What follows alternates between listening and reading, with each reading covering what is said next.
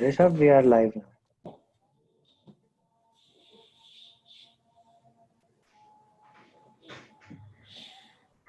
बिस्मिल्लाहिर्रहमानिर्रहीम अल्हम्दुलिल्लाहि रब्बिल आलमीन अर्रहमानिर्रहीम मालिकी यौमिद्दीन इय्याका नअबुदु व इय्याका नस्तईन इहदिनस सिरातल मुस्तकीम सिरातल लज़ीना अनअमता अलैहिम गैरिल मग़दूबि अलैहिम वलद्दालिन आमीन. Assalamu alaikum. I'm Mohammed Ali Saif Chima, Chairman CPD Committee Lahore of NRC, and on behalf of committee, I welcome you all in today's session. And today's session is about other laws, and these laws primarily consist of employee benefit laws, and it includes Workers' Welfare Fund, Workers' Profit Participation Fund, Provident Fund, Gratuity Fund, Social Security, NEOBI, and few others. So we'll be discussing its compliance requirements, its accounting, its taxation, its recent changes, and most importantly, the auditor's responsibilities as per ISA 250, consideration of laws and regulations in the audit of financial statements.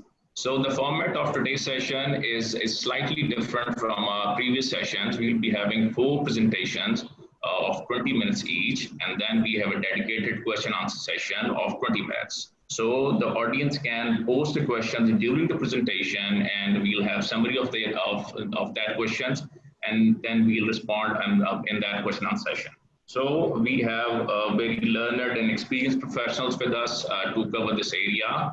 We'll be having with us Mohammad Safdar Saab. He is partner Tagaman Company Chartered Accountants. Ahmed Salman Arshad Saab, he's partner Amir Salman Rizwan Chartered Accountants. Amir Rashid Saab, he's partner Amir Rashid and Company Chartered Accountants. Mohammad Nasir Munir Saab, he's partner Pro Hussain Chaudhary and Company. The chairman for today's session would be Mr. Imran Afzal. He is past president and partner Grant Thornton Anjum Rahman. And on behalf of committee, I extend a very warm welcome to all the presenters in this session. And I'm sure that today's session would be very beneficial for our views, inshallah. So to formally start the session, I request our chairman, North Region Committee, Rafkat Hussain Saab, for his opening remarks. Rafkat Saab. Thank you, Ali. Bismillahirrahmanirrahim.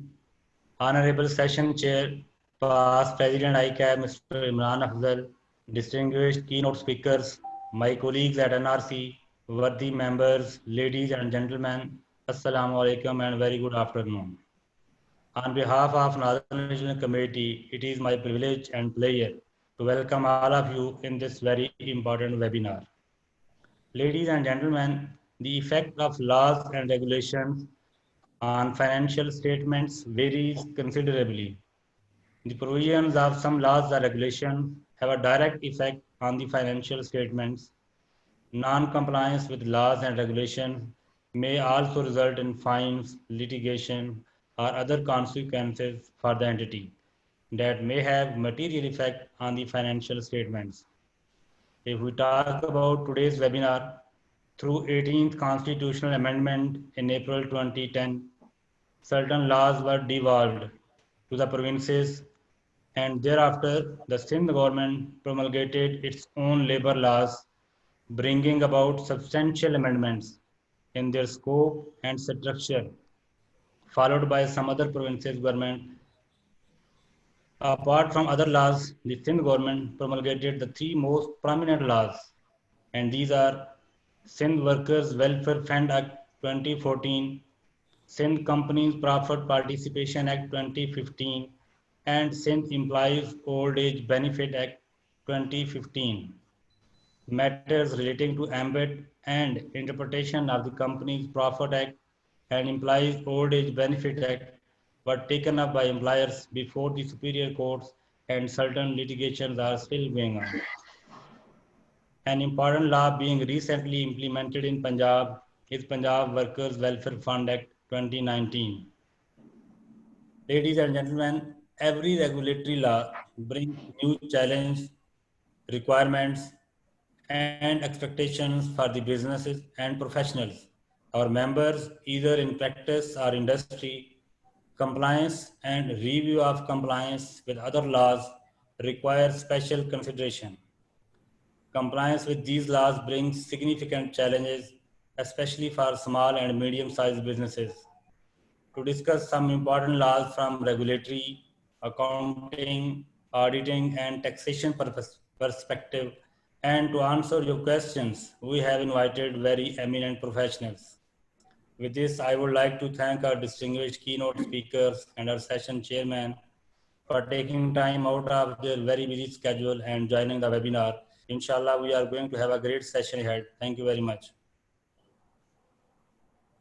Thank you very much, Rafkat Saab, for the kind words. So it's a time for a first presentation, and it's about Workers' Welfare Fund and Workers' Profit Participation Fund. So I invite Muhammad Safdar, partner, Tagum and Company Chartered Accountants, for the presentation. Safdar Saab.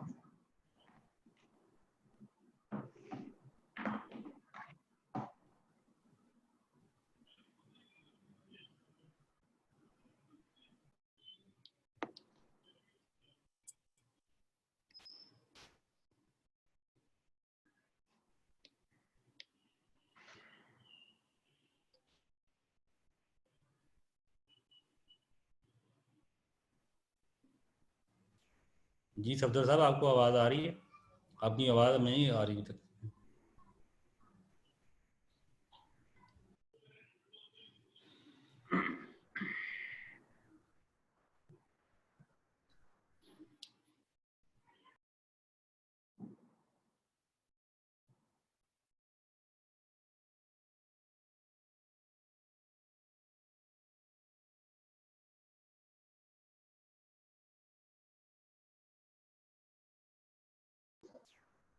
Safdar Saab, time for your presentation, sir.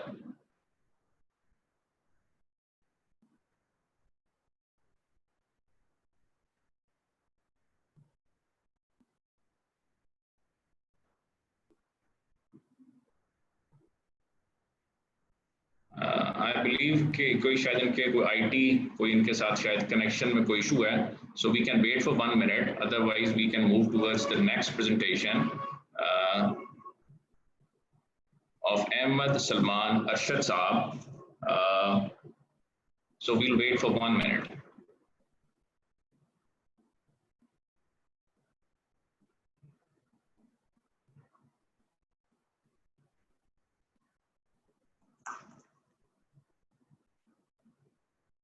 Okay, we can start with the second presentation, and that is about Provident Fund and the Gratuity Fund. So Ahmed Salman Arshad Saab, you may please continue with your presentation. I am audible? Am I audible? Yes, you are audible. Exactly. Thank you very much. Thank you, Ali, for handing over the session to me. I will appreciate NRC for arranging this session on other laws. This is a unique topic which has been previously less emphasized. I am going to present on gratuity and the Provident Fund. We can also call it the post-employment benefits or employment benefits. या आसान अल्फाज में ऐसे कह लें कि बुढ़ापे में या बूढ़े वक्त के अंदर मिलने वाले पैसे। तो पैसों के बारे में की हुई हर बात अच्छी होती है, तो होपफुली ये भी बातें आपको बहुत अच्छी लगेंगी। और मैं सबसे पहले जो है ना, I will take you through the whole presentation के उसमें हम क्या क्या डिस्कस करेंगे। पर्पज़ ये है कि आपको इसके थ्रू कर दूं, क्योंकि जब मैं किसी की प्रेजेंटेशन सुनता हूं तो सबसे पहले जब मैं कंटेंट्स देखता हूं तो उसके बाद मुझे अंदाज़ा होता है कि मुझे कितनी देर तक इस बंदे को बर्दाश्त करना पड़ेगा। तो होपफुली मेरी प्रेजेंटेशन टाइम लिमिट्स के अंदर रहेगी और आपको ज़्यादा देर मुझे बर्दाश्त नहीं करना पड़ेगा। सबसे पहले जी हम टाइप्स ऑफ द बेनिफिट्स को डिस्कस करेंगे, then the governing laws, the most important factor कि कौन से लॉज हैं जो कि इस बात को प्रोविडेंट फंड और ग्रेचुटी को गवर्न कर रहे हैं और ये क्यों इंपॉर्टेंट है। Then the most boring part, the important definitions. Definitions is always boring part, लेकिन हम सर्टेनली ट्राई करेंगे कि इसको थोड़ा सा आसान रखें और थोड़ा सा ईजी रखें और इसको ज़्यादा बोर ना कर दें। फिर ग्रेचुटी की provisions, then the provident fund provisions, relevant tax related provisions and applicable accounting standards on these laws. Firstly जी सबसे पहले types of the benefits. We will go through the types of the benefits. There are two types of the benefits जिसकी हम discussion करें। First is the gratuity. Gratuity is a post employment benefit and a defined benefit plan. इसको defined benefit plan इसलिए कहा जाता है कि employer के एंगल से उसने एक आपकी termination of employment के ऊपर या आपकी service completion के ऊपर एक defined plan आपको payment करनी है। तो उसकी वजह से इसको डिफाइंड बेनिफिट प्लान कहा जाता है। इसकी मेनली 3 टाइप्स हैं, approved gratuity fund, unapproved gratuity fund and approved gratuity scheme. Second one is the provident fund. Provident fund is different from the gratuity. It is called defined contribution plan, क्योंकि इसके अंदर employer जो है वो defined contribution पे कर रहा होता है अपनी तरफ से, तो इस वजह से इसको डिफाइंड कंट्रीब्यूशन प्लान कहा जाता है। ये भी पोस्ट एम्प्लॉयमेंट बेनिफिट है। इसकी भी 3 टाइप्स हैं, recognized provident fund, unrecognized provident fund and statutory provident fund. Now moving towards the governing laws, the most important part of our presentation is the governing laws. Which law governs them? अच्छा, हर सूबे के अंदर different laws हैं। Basically law एक ही था, सब सूबों ने जब उसको अडॉप्ट किया तो उसके अंदर अपनी चेंजेस कर ली। द मेन लॉ जो इसको डील करता है वो industrial and commercial establishment standing orders ordinance 1968 है। हर सूबे ने जब उसको अडॉप्ट किया तो अपनी अपनी चेंजेस कर ली उसके अंदर। इस्लामाबाद और बलोचिस्तान का सेम है, the Khyber Pakhtunkhwa has a different one, लेकिन सिंध ने अपना डिफरेंट लॉ बनाया 2015 में, the Sindh terms of employment standing order. Punjab के लिए वही है, industrial and commercial establishment standing order ordinance 1960 है, जिसको हम डील कर रहे हैं, जिसको हम डिस्कस करेंगे अभी। इसको पंजाब ने 2012 में अडॉप्ट कर लिया था। इसके अंदर applicability of this law in the Punjab, ये किसके ऊपर लगता है? द सबसे इंपॉर्टेंट क्वेश्चन जो लोग हमसे पूछते हैं कि जी मेरी ऑर्गेनाइजेशन के ऊपर ग्रेच्युटी और प्रोविडेंट फंड लगेगा या नहीं लगेगा, और क्यों लगेगा और कब लगेगा। तो सबसे इंपॉर्टेंट क्राइटेरिया जो इस लॉ के अंदर दिया गया है वो ये है कि इंडस्ट्रियल एस्टेब्लिशमेंट ऐसी जिसने 50 बंदों वर्कमैन को एम्प्लॉय किया, वर्कमैन का वर्ड यूज कर रहे हैं, इसी को ही यूज करते रहेंगे एंड तक, इसकी हम डेफिनेशन भी देखेंगे। Industrial establishment which employs 50 workman, commercial establishment employing at least 20 workman, directly और इनडायरेक्टली। ये हर वर्कमैन डायरेक्टली भी हो सकता है, इनडायरेक्टली मतलब कॉन्ट्रैक्चुअल या लेबर कॉन्ट्रैक्टर के थ्रू जो हायरिंग हम करते हैं या लेबर कॉन्ट्रैक्टर से बंदे ले लेते हैं इनडायरेक्टली, वो भी इसके अंदर काउंटिंग के अंदर हम शामिल करेंगे, ठीक। और ये ग्रेच्युटी या प्रोविडेंट फंड उसको मिलेगा जिसको 12 महीने गुजर चुके हैं organisation. It is not the financial year, 12 महीने होने चाहिए उसको, फाइनेंशियल ईयर कंप्लीट नहीं हुआ होना चाहिए, 12 महीने पूरे हुए होने चाहिए। इसके अंदर एक छोटी सी एक्सक्लूजन है, वो ये है कि फेडरल एंड प्रोविंशियल गवर्नमेंट की जो कंपनीज हैं जिनके अपने स्टैट्यूटरी रूल्स ऑफ सर्विसेज मौजूद हैं, उनके ऊपर ये नहीं लगेगा। लेकिन अगर उनके रूल्स ऑफ सर्विसेज मौजूद नहीं हैं तो फिर यही स्टैंडर्ड उनके ऊपर भी एप्लीकेबल हो जाएगा। Moving ahead, important definition, the boring part of the our presentation. ज्यादा डेफिनेशंस नहीं डिस्कस करेंगे, सिर्फ 5 डेफिनेशंस डिस्कस करेंगे। Industrial establishment, commercial establishment, workman, employer and wages, ये 5 चीजें बस हम डिस्कस करेंगे, इससे हमारा सारा कॉन्सेप्ट क्लियर हो जाएगा। Firstly industrial establishment. Industrial establishment के अंदर सबसे पहले जो चीजें, थोड़ा सा रीड आउट करना पड़ेगा इसके अंदर, रीडिंग सर्टेनली लोगों को बोरिंग लगती है लेकिन थोड़ा सा रीडिंग करनी पड़ेगी इस प्रेजेंटेशन के अंदर थोड़ी सी। इंडस्ट्रियल एस्टेब्लिशमेंट में सबसे पहले जिस चीज की हम बात कर रहे हैं वो पब्लिक ट्रांसपोर्ट है। छोटा पब्लिक ट्रांसपोर्ट नहीं, 20-22 सीटों से ऊपर वाली पब्लिक ट्रांसपोर्ट की बात कर रहे हैं, ट्रैमवेज और मोटर ओमनी बस सर्विस की बात करें। देन ये जो डॉक्स एंड जेटीज की बात करें, जो सी पर शिप्स जहाँ पे लगती हैं और वो सारा मामला चलते हैं। इनलैंड स्टीम वेसल की बात करेंगे, माइंस, क्वेरी, ऑयल फील्ड, ये सारी चीजें इंडस्ट्रियल एस्टेब्लिशमेंट का पार्ट है। All manufacturing and assembling plants, जितने भी मैन्युफैक्चरिंग और असेंबलिंग प्लांट्स हैं वो सारे इंडस्ट्रियल एस्टेब्लिशमेंट में आएंगे। लेबर कॉन्ट्रैक्टर्स इंक्लूडिंग सब कॉन्ट्रैक्टर्स, हेड्समैन और एजेंट, ये भी इंडस्ट्रियल एस्टेब्लिशमेंट का पार्ट है। Any type of the factory which is involve in the manufacturing processes, कोई भी ऐसी फैक्ट्री जिसमें मैन्युफैक्चरिंग प्रोसेस किया जाता है वो इंडस्ट्रियल एस्टेब्लिशमेंट हो जाती है। रेलवे, जो रेलवे का अपना एक्ट है 1890, उसके अंदर जिस किस्म की भी सर्विसेज हैं, जो भी एम्प्लॉयज हैं रेलवे के, वो इंडस्ट्रियल एस्टेब्लिशमेंट में फॉल करेंगे। और इसके बाद है construction industry. Then we are going towards the commercial establishment. Commercial establishment जिसके अंदर 20 लोग मौजूद हों तो उसके ऊपर प्रोविडेंट फंड और ग्रेच्युटी फंड लगेगा। तो कमर्शियल एस्टेब्लिशमेंट क्या होती है? Any type of business of advertising, commission, forwarding. Then the clerical departments, clerical departments जो है कमर्शियल एडवर्टाइज जो है एस्टेब्लिशमेंट में आते हैं, इवन वो फैक्ट्री, इंडस्ट्रियल और कमर्शियल अंडरटेकिंग। अगर इंडस्ट्रियल एस्टेब्लिशमेंट एक चीज नहीं बन रही और उसके क्लरिकल डिपार्टमेंट के अंदर 20 लोग मौजूद हैं तो वो कमर्शियल एस्टेब्लिशमेंट में फॉल कर जाएगा। Then labour contractors who employs the workman on behalf of the industrial और commercial establishment.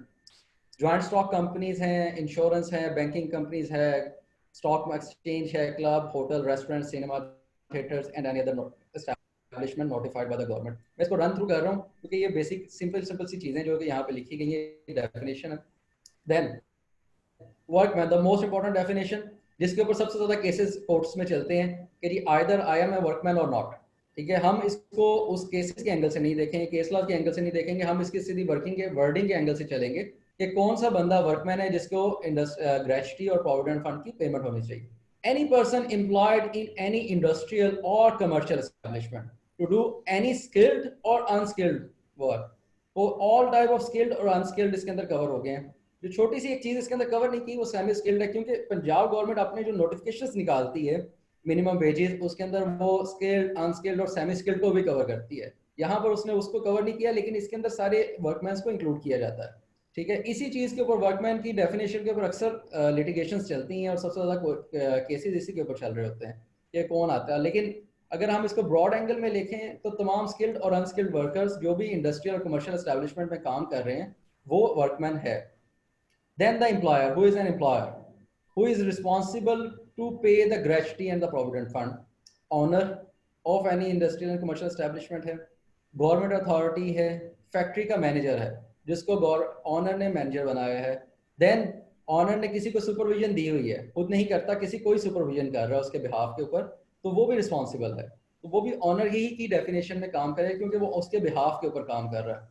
Then the important definition of wages, जो पैसे हमें मिलते हैं, हर किस्म के जो पैसे हमें मिलते हैं उसको वेज कहा जाता है.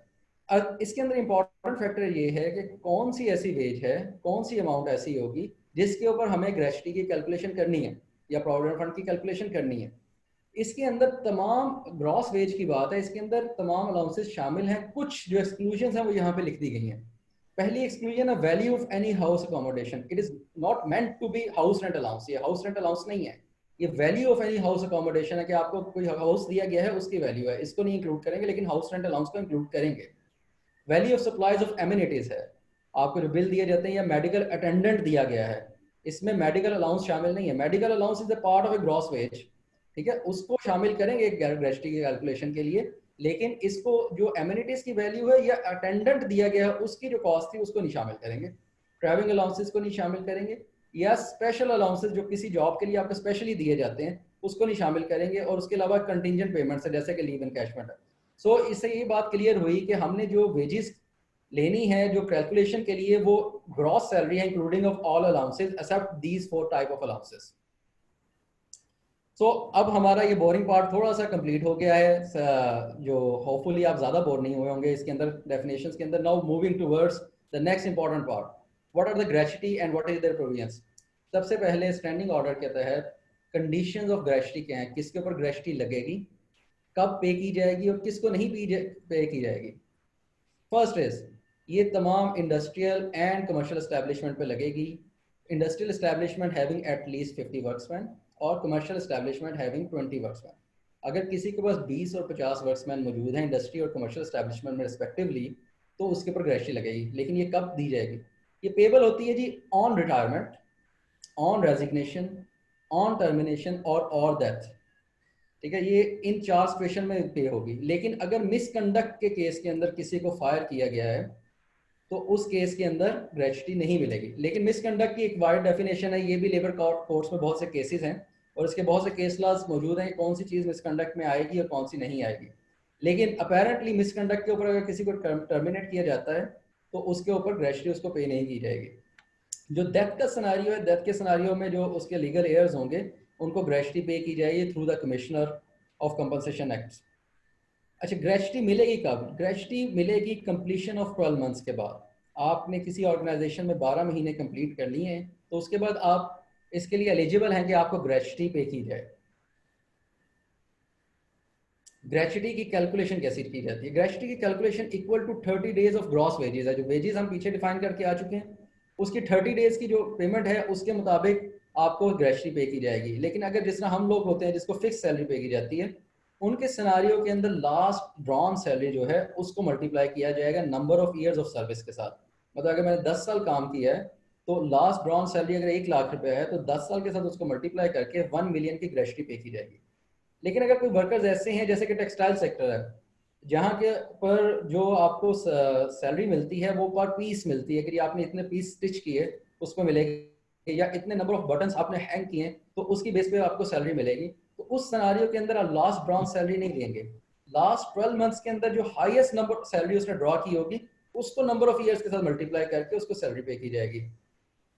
थर्ड इंपॉर्टेंट फैक्टर, अगर आपने 10 साल और 6 महीने काम किया है ऑर्गेनाइजेशन में तो आपको ग्रेचुटी 11 ईयर्स की मिलेगी। इन एनी केस अगर आपने एक साल में 6 महीने का वक्त कर दिया, पहला साल छोड़ के 6 महीने काम कर लिया है और आपने पीछे, आपको जो ग्रेचुटी है उसकी पूरे साल की मिलेगी। 10 साल 7 महीने काम किया तो 11 साल की ग्रेचुटी मिलेगी, लेकिन अगर 10 साल 5 महीने काम किया तो फिर आपको 10 साल की ग्रेचुटी मिलेगी। इन एडिशन टू दैट एक बहुत इंपॉर्टेंट फैक्टर है, कंपनी के अंदर आइदर ग्रेचुटी होगी या प्रोविडेंट फंड होगा या पेंशन होगी। तो अगर इन सिनारियो के कंपनी के अंदर प्रोविडेंट फंड है और उसके अंदर प्रोविडेंट फंड के अंदर कंट्रीब्यूशन जो है एम्प्लॉयर और एम्प्लॉय दोनों करते हैं, लेकिन अगर एम्प्लॉयर उसके अंदर कंट्रीब्यूशन एम्प्लॉय से कम कर रहा है, नॉर्मली हम देखते हैं कि इक्वल कंट्रीब्यूशन किया जाता है, लेकिन अगर एम्प्लॉयर का कंट्रीब्यूशन एम्प्लॉय से कम है तो उस सिनारियो के अंदर वो रिक्वायर्ड, जो इस लॉ के तहत रिक्वायर्ड प्रोविडेंट फंड है उसकी डेफिनेशन को वो मीट नहीं करेगा और वो लीगली जो रिक्वायर्ड प्रोविडेंट फंड है उसमें नहीं फॉल करेगा, तो कंपनी को ग्रेचुटी फंड भी लेना पड़ेगा। वो एक बेनिफिट जरूर एम्प्लॉयज को मिलेगा, लेकिन वो लीगली उसको क्लासिफाई नहीं कर सकेंगे जो आपको प्रोविडेंट फंड चाहिए था। अच्छा, ग्रेचुटी के अंदर ना लोग नॉर्मली जो क्वेश्चंस हमसे पूछ रहे होते हैं कि क्या ग्रेचुटी का सेपरेट फंड बन सकता है? जी बिल्कुल, ग्रेचुटी का सेपरेट फंड बन सकता है। क्या ग्रेचुटी की जो है वो कैलकुलेशन जो है एक्चुअली से किस वक्त कराई जाती है? तो उसके लिए ये बेसिकली अकाउंटिंग मैटर है, लेकिन आईएफआरएस में रिक्वायर्ड है कि एक्चुअली से वैल्यूएशन कराई जाए। आईएफआरएस और एसएमई जो आए हैं अब अडॉप्ट किए आईकैप ने, उसके अंदर रिक्वायर्ड है कि एक्चुअली से वैल्यूएशन करवाई जाए, लेकिन एसएससी के लिए रिक्वायरमेंट नहीं है कि एक्चुअली से वैल्यूएशन करवाई जाए। नेक्स्टली हम डिस्कस करेंगे जी प्रोविडेंट फंड की प्रोविजंस। जो टाइम शॉर्ट है थोड़ा सा रन फास्ट कर रहा हूँ।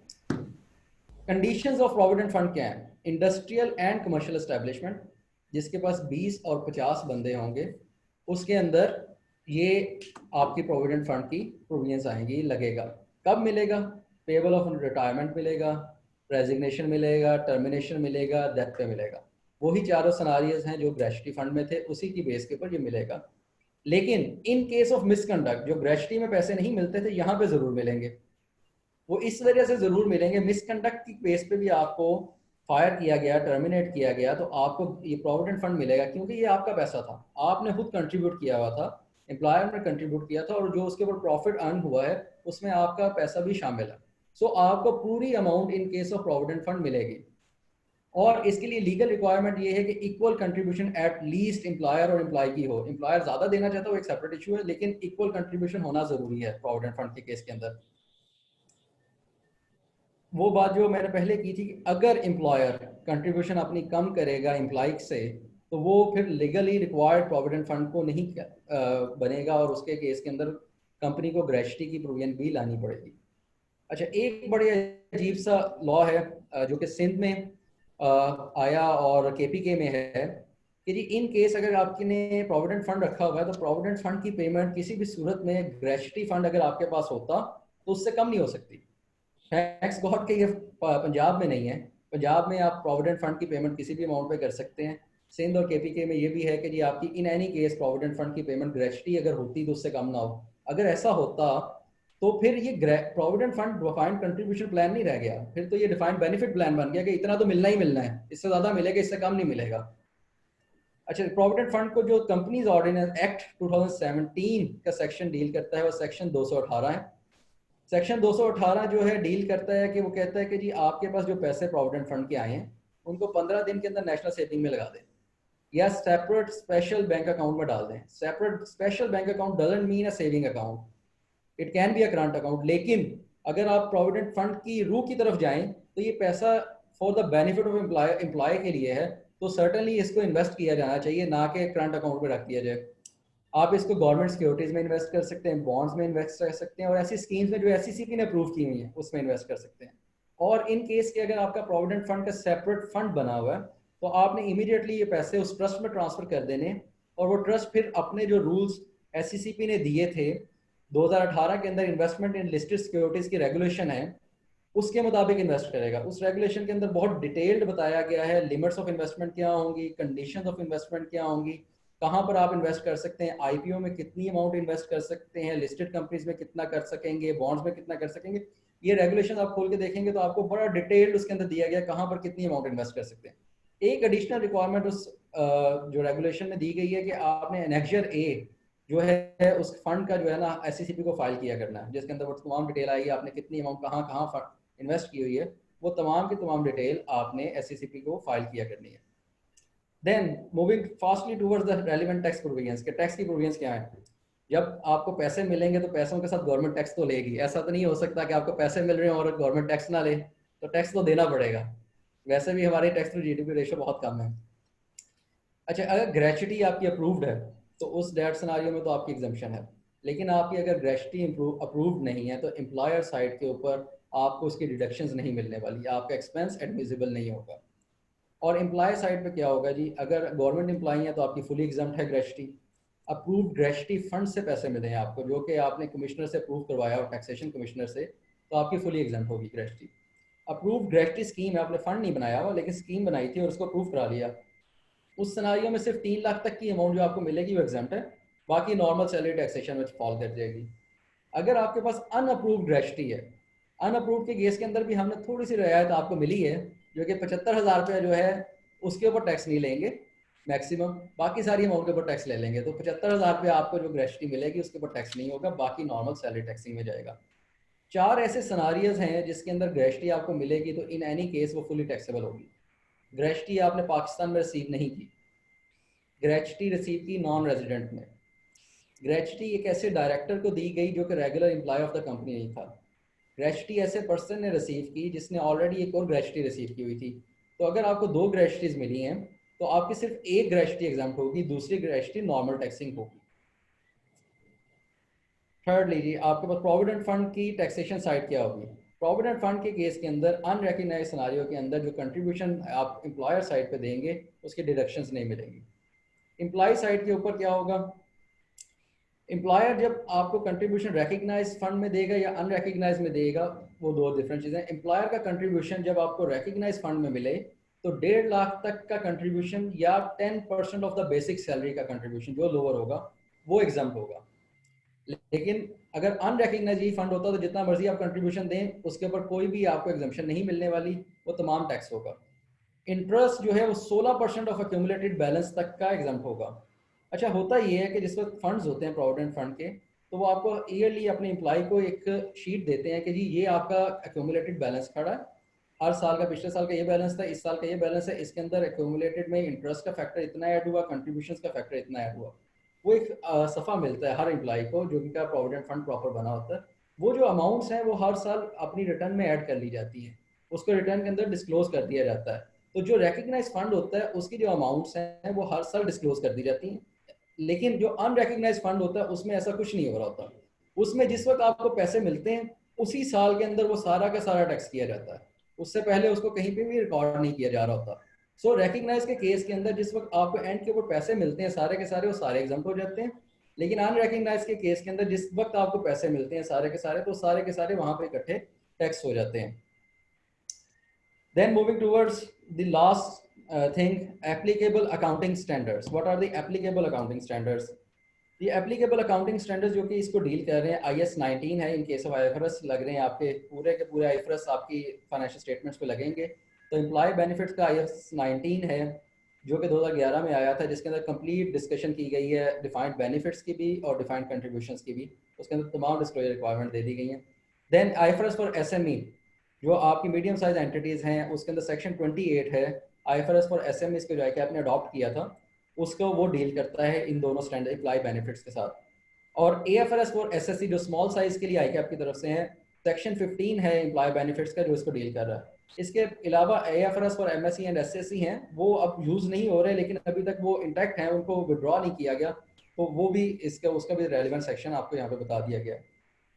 इसके अलावा जी ये मेरी यहाँ पे प्रेजेंटेशन खत्म होती है। कुछ बेसिक क्वेश्चंस जो लोगों की तरफ से रेगुलर पूछे जाते हैं, क्या एक टाइम के अंदर प्रोविडेंट फंड और ग्रेचुटी दोनों हो सकते हैं या हम शिफ्ट कर सकते हैं। सर्टनली कंपनी शिफ्ट कर सकती है, अगर पहले ग्रेचुटी फंड दे रही थी और बाद में प्रोविडेंट फंड पे आना चाहती है तो उस साल उसके बोर्ड डिसीजन लेगा, ग्रेचुटी फंड को फ्रीज करेगा और उसी साल से प्रोविडेंट फंड स्टार्ट कर देगा, मतलब लैप्स नहीं होगा। अगर एक साल में प्रोविडेंट फंड और ग्रेचुटी एक को फ्रीज किया और साथ ही दूसरे को शुरू कर दिया तो वो किया जा सकता है। दूसरे नंबर पे जो उसकी ये पूछा जाता है कि जी प्रोविडेंट फंड की रजिस्ट्रेशन या ग्रेचुटी फंड की रजिस्ट्रेशन कहाँ होती है, तो वो ट्रस्ट एक्ट के साथ रजिस्ट्रेशन होती है, उसका फंड के अपने ट्रस्टीज अपॉइंट किए जाते हैं और उनका रेगुलर इलेक्शन होता है और उनको आगे कंटिन्यू किया जाता है। थैंक यू वेरी मच जी। Any question you can ask in the question answer session. जो भी आपका क्वेश्चन होगा, I will answer it. Thank you very much for your time. Thank you. Thank you very much, Ahmed Salman Saab, for giving insight into both the funds.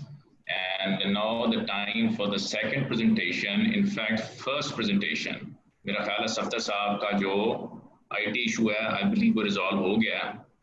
तो वो शायर ने कहा कि हैं लफ्ज़ें लब तक आम निहायल हैं कि लफ्ज़ें लब तक जाम आने में. तो इसका मतलब ये है कि आप अपना इंटरनेट कनेक्शन थोड़ा बेहतर कर लें. So, Safdar Saab, over to you for your presentation on Workers' Welfare Fund and Workers' Profit Participation Fund. Sir. Thank you very much. Sorry for the interruption because of this internet issue. So, can you share my presentation? Or I will share my screen with.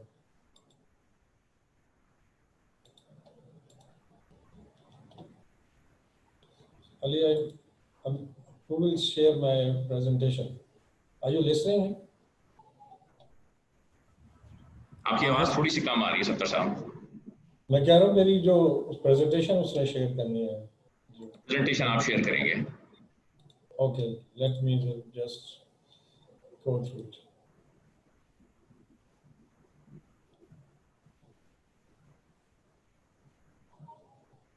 मेरी screen share नहीं हो रही आपके साथ.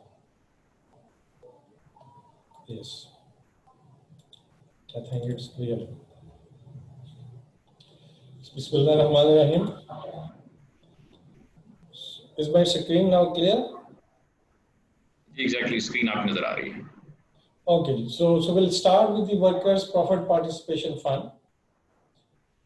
So this was originally governed by the federal government, but after the 18th Amendment, it has been shifted to the respective provinces because the labor-related rules, regulations, benefits, and administration has been shifted to the provinces because of this 18th Amendment. So the Punjab government passed the law in June 2018, and we have a Companies Profit Workers Participation Amendment Ordinance 2018, and we normally call it as WPPF. So first of all, we'll discuss the definition. There are two important definitions in this law. One is the worker, another one is the industrial undertaking. So the worker under the WPPF law is any person employed by an establishment, whether directly or through a contractor, and is employed for not less than 6 months. So if it is working there for more than 6 months in an organization, and then WPPF is applicable and the worker is entitled to get the WPPF. So now the industrial undertaking. Industrial undertaking is any organization which use the energy, whether electrical, mechanical, thermal, or nuclear, which is transmitted mechanically, but not by the human or animal agency. Or it may include any organization for manufacturing, assembly, finishing, or other artificial process, a shipbuilding, a transformation, generation, conversion of electricity, working of mines and oil well. And these are all the industrial undertaking which are required to establish a fund and pay WPPF to its workers. If you see the criteria for applicability of the WPPF, there are 3 conditions. So if you met any one of them, the law become applicable. The first one is that you have more than 50 employees in any time of the year, or you have a paid up capital up to 5 million on the last day of the accounting year. In the federal regime, it was only 2 million rupees. And the fixed asset value, if it costs 20 million rupees on the last day of the accounting year, then the law become applicable. Earlier, it was only 4 million rupees. So the provincial government has extended the exemption to some of the companies, but the limit of 50 is there.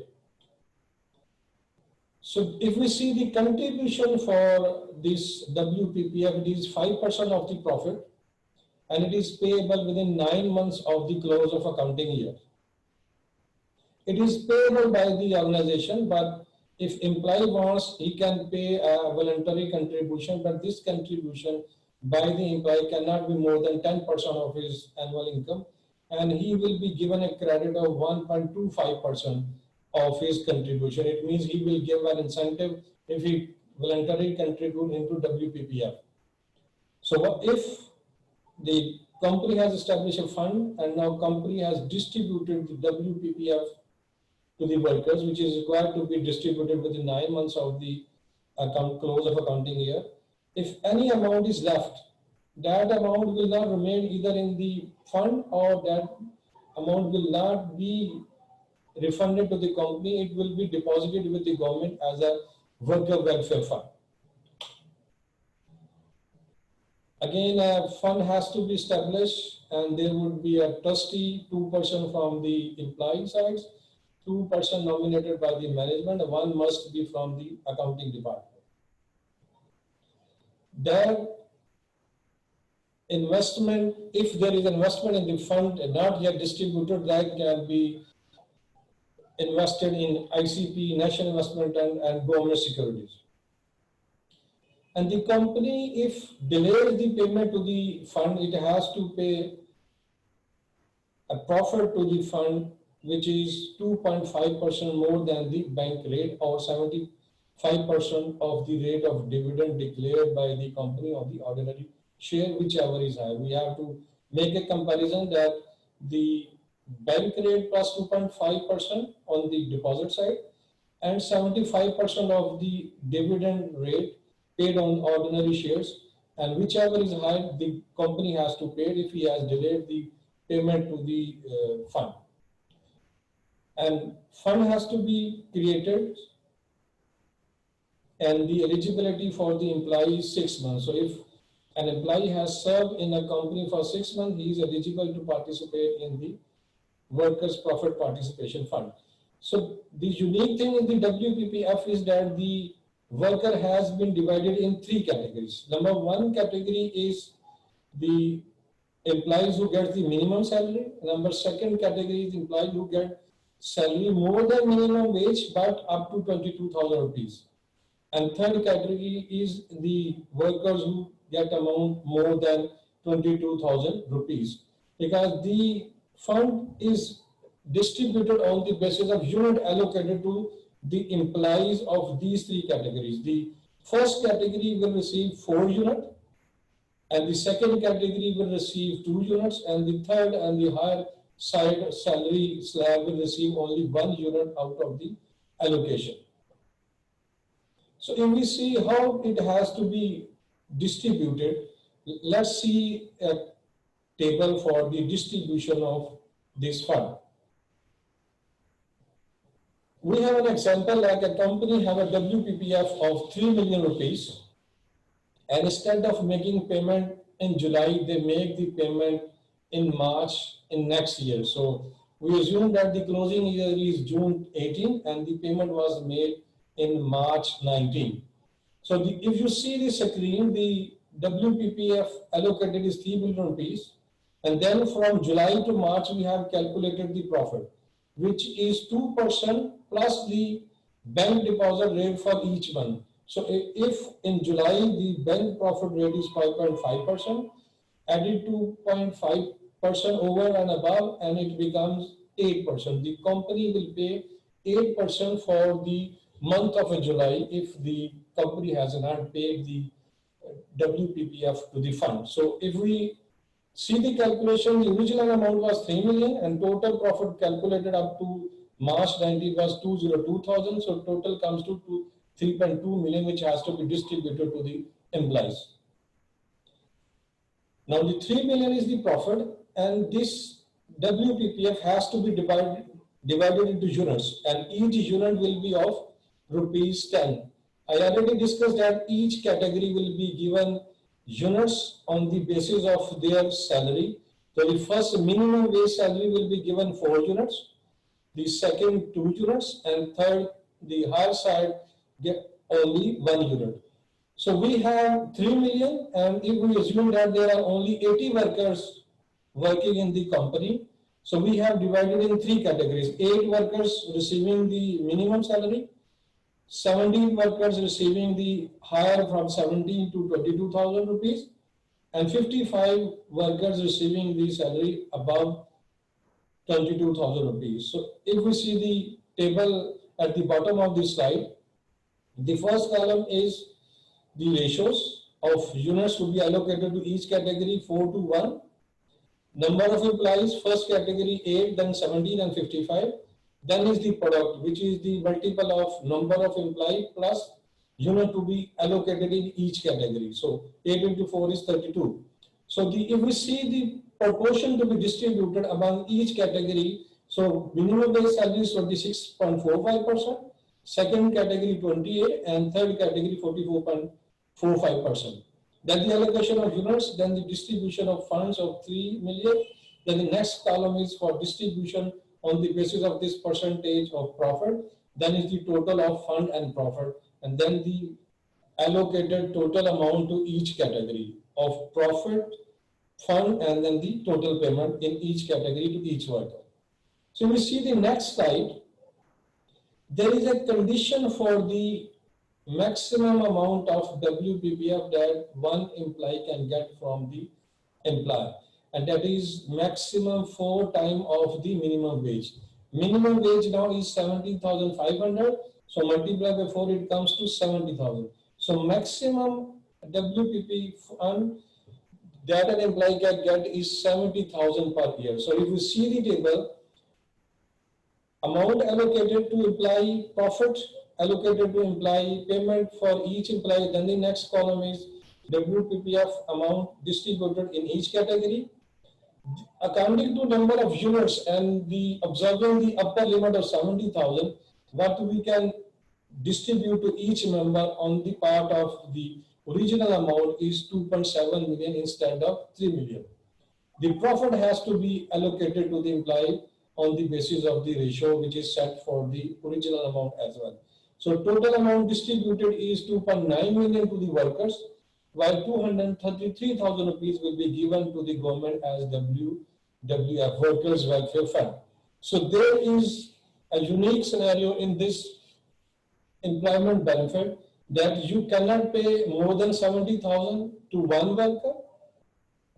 Each worker will be divided into 3 categories, and each category will be allocated a weight according to their salary. Minimum salary will get the higher wage of 4.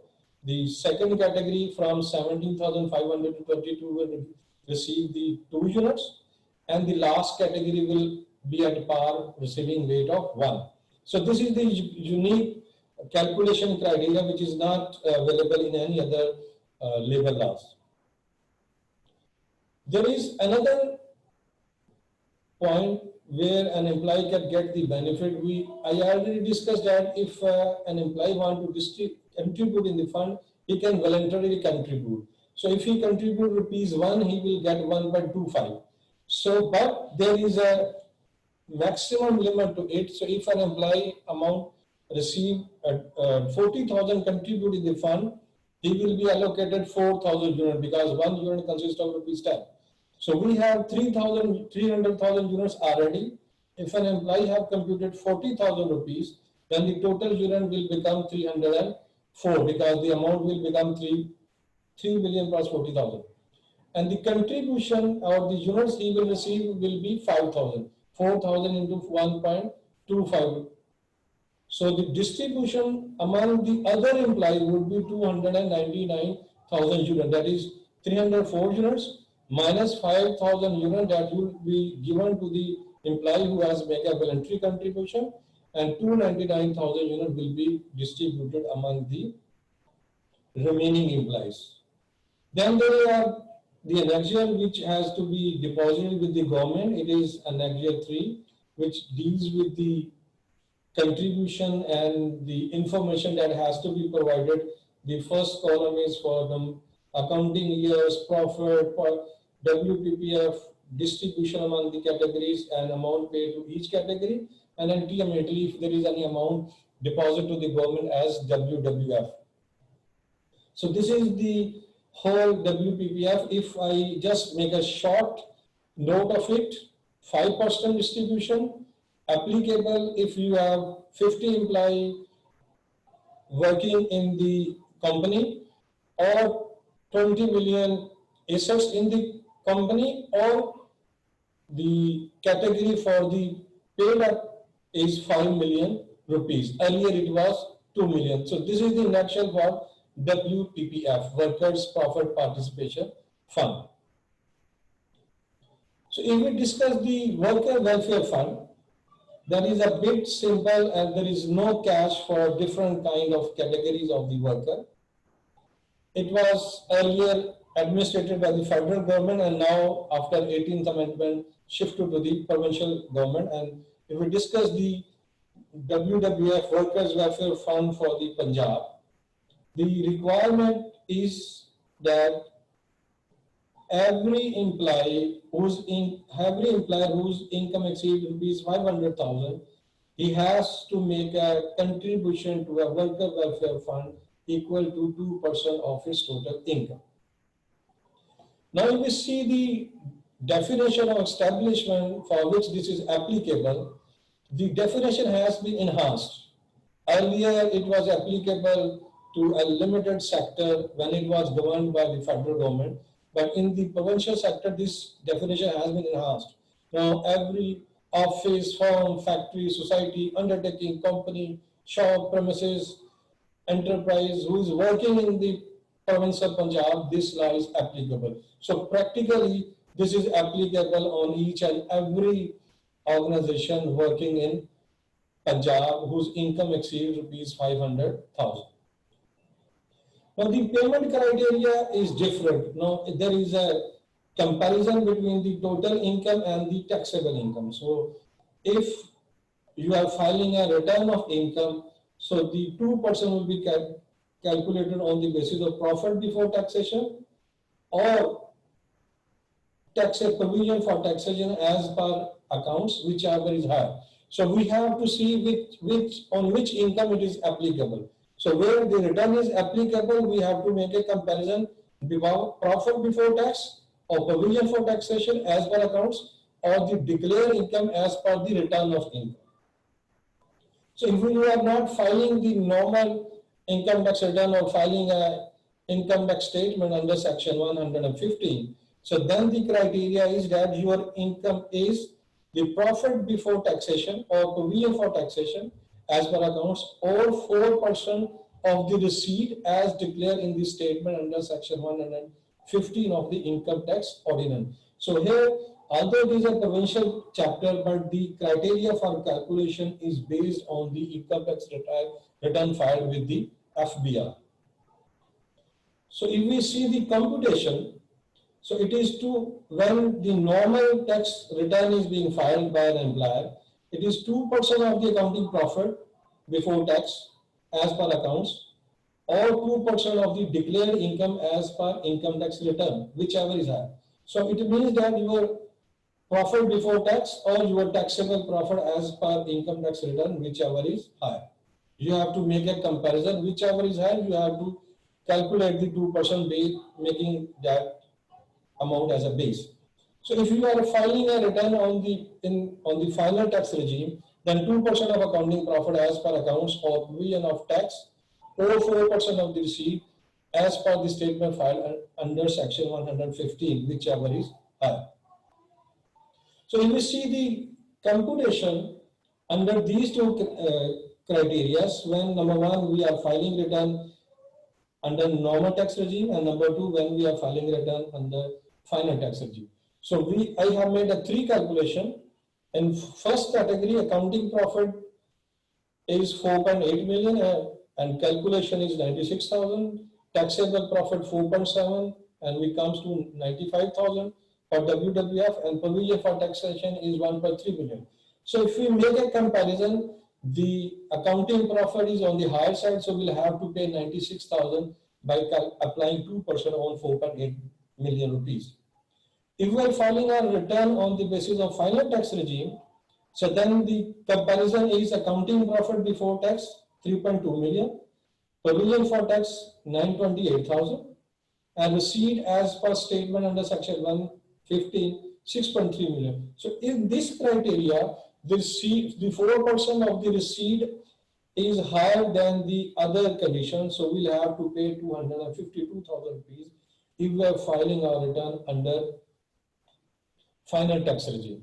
So this is the calculation, how we can calculate WWF under the new law.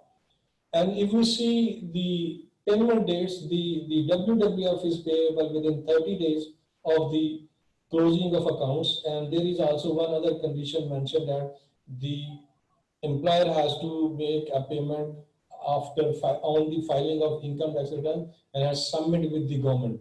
So normally we follow this criteria that once we follow the income tax return, because if we follow the 30 days criteria, our income tax return may not be prepared. So we have to wait up till the finalization of income tax return. Once the income tax return is finalized, we will make the calculation, we will make the comparison and make payment to the provincial government. So there is a penalty for failure to pay the tax, as we have seen in all the rules, regulations, and taxation, whether federal or provincial. Whenever there is a delay in payment, there is a penalty for late payments. So we have to pay 15% per annum late payment if we do not pay it within time. The main amount payable to the extent of, or the amount payable to the extent of previous 5 tax year, whichever is high. And the burden of liability on certain person, any liability imposed on any establishment under the Act shall be deemed to be the liability of the person who is employed. Means in case of company, the company has to pay the penalty.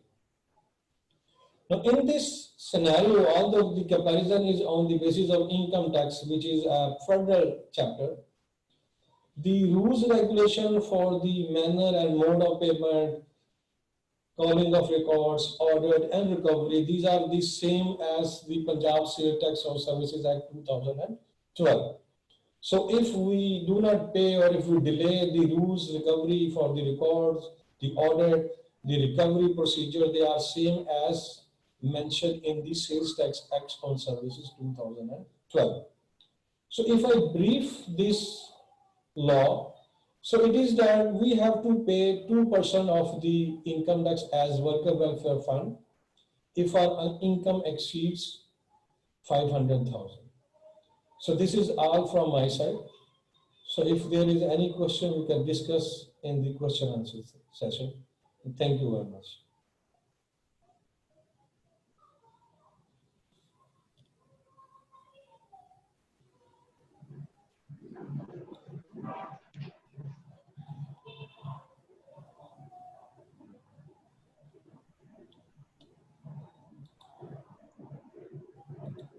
Thank you very much, Sapta Saab, for the wonderful and the detailed presentation. So it's time for the next presentation, and that is by Amir Rashid Saab. He is partner Amir Rashid in Company Chartered Accountants. So presentation is about EOBI and Social Security laws. Over to you, Amir Saab.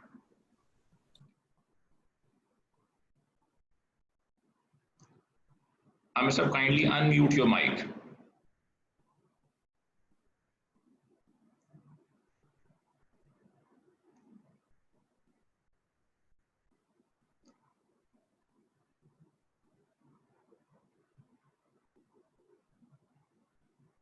Your mic is Am I audible now? Am I audible now? Yes. Thank you very much. Yes, Thank you very much, audible. Ali. Thank you very much, Ali. Thank you, Rafkat. Regards to our session chairman, Imran Afzal Saab, fellow panelists. Now, I'll be talking about Social Security and EOBI. One of is a provincial topic now, and the other is federal. Let's jump straight away to the Social Security. हम थोड़ा सा अगर इसका एक concept और constitutional obligation देखें तो it will be easy for us to understand the whole concept actually and our responsibility. Social security to the workers involve providing और framing such schemes or facilities or amenities which enable the workers to lead a decent standard of life below which no one should fall, and having financial security to fall back upon in the event of losing job or whatsoever may be the circumstances beyond control. It represents basically a system of protection of individuals who are in need of protection by the state in contingencies like sickness, injury, or death. It's state responsibility to secure the citizens' legal, citizens' social, economic, and political, and guarantee freedom of expression, belief, faith, and worship, and ensure the people. This is what the preamble of Constitution of Islamic Republic of Pakistan 1973 expresses about the fundamental rights. Right to food, water, medical health, and or inheriting. The right of social security is to ensure every person, to ensure every secured person the mean which will ensure the members of his family to lead a respectable life.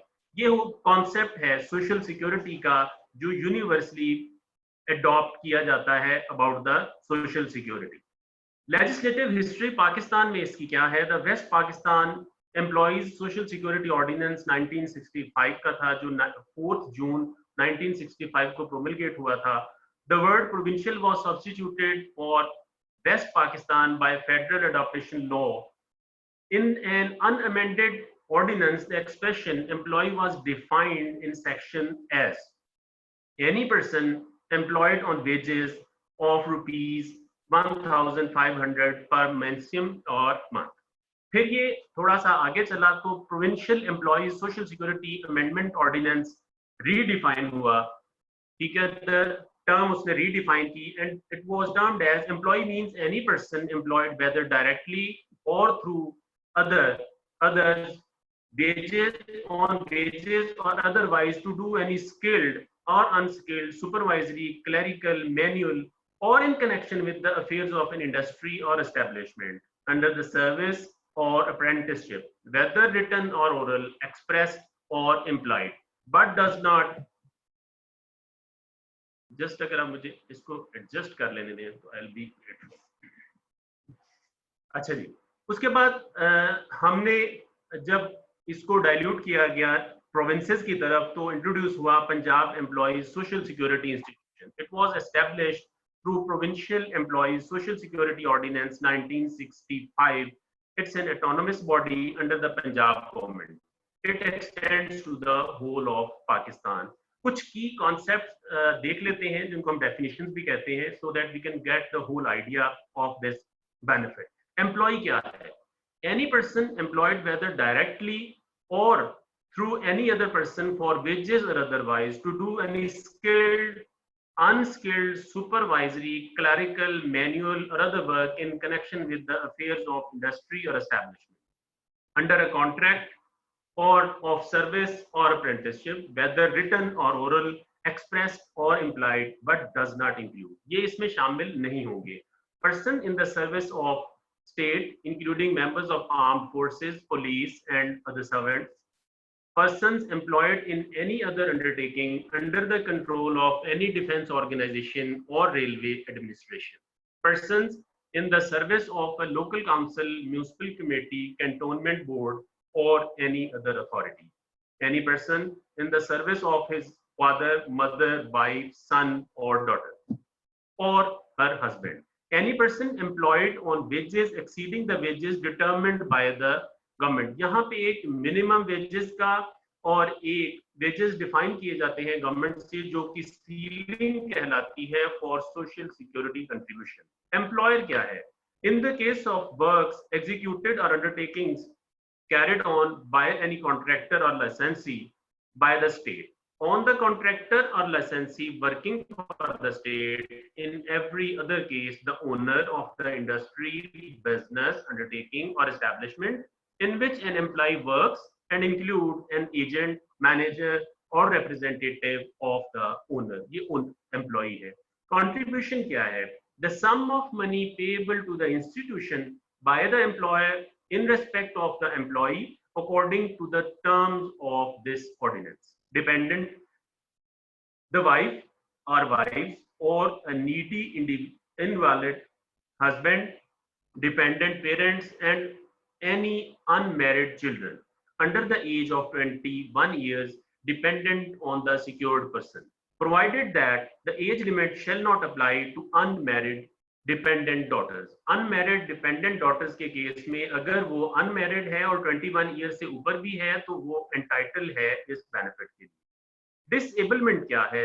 A condition caused by the employment by an employment injury, which, as certified by medical practitioners authorized for this purpose, or intend to reduce permanently a secured person's earning capacity. And disablement shall be where the loss of earning capacity is less than 20%, partial where the loss of earning capacity ranges from 21% to 60%, total where loss of earning capacity exceeds 66%. तो इसको disablement की definition में ले जाए.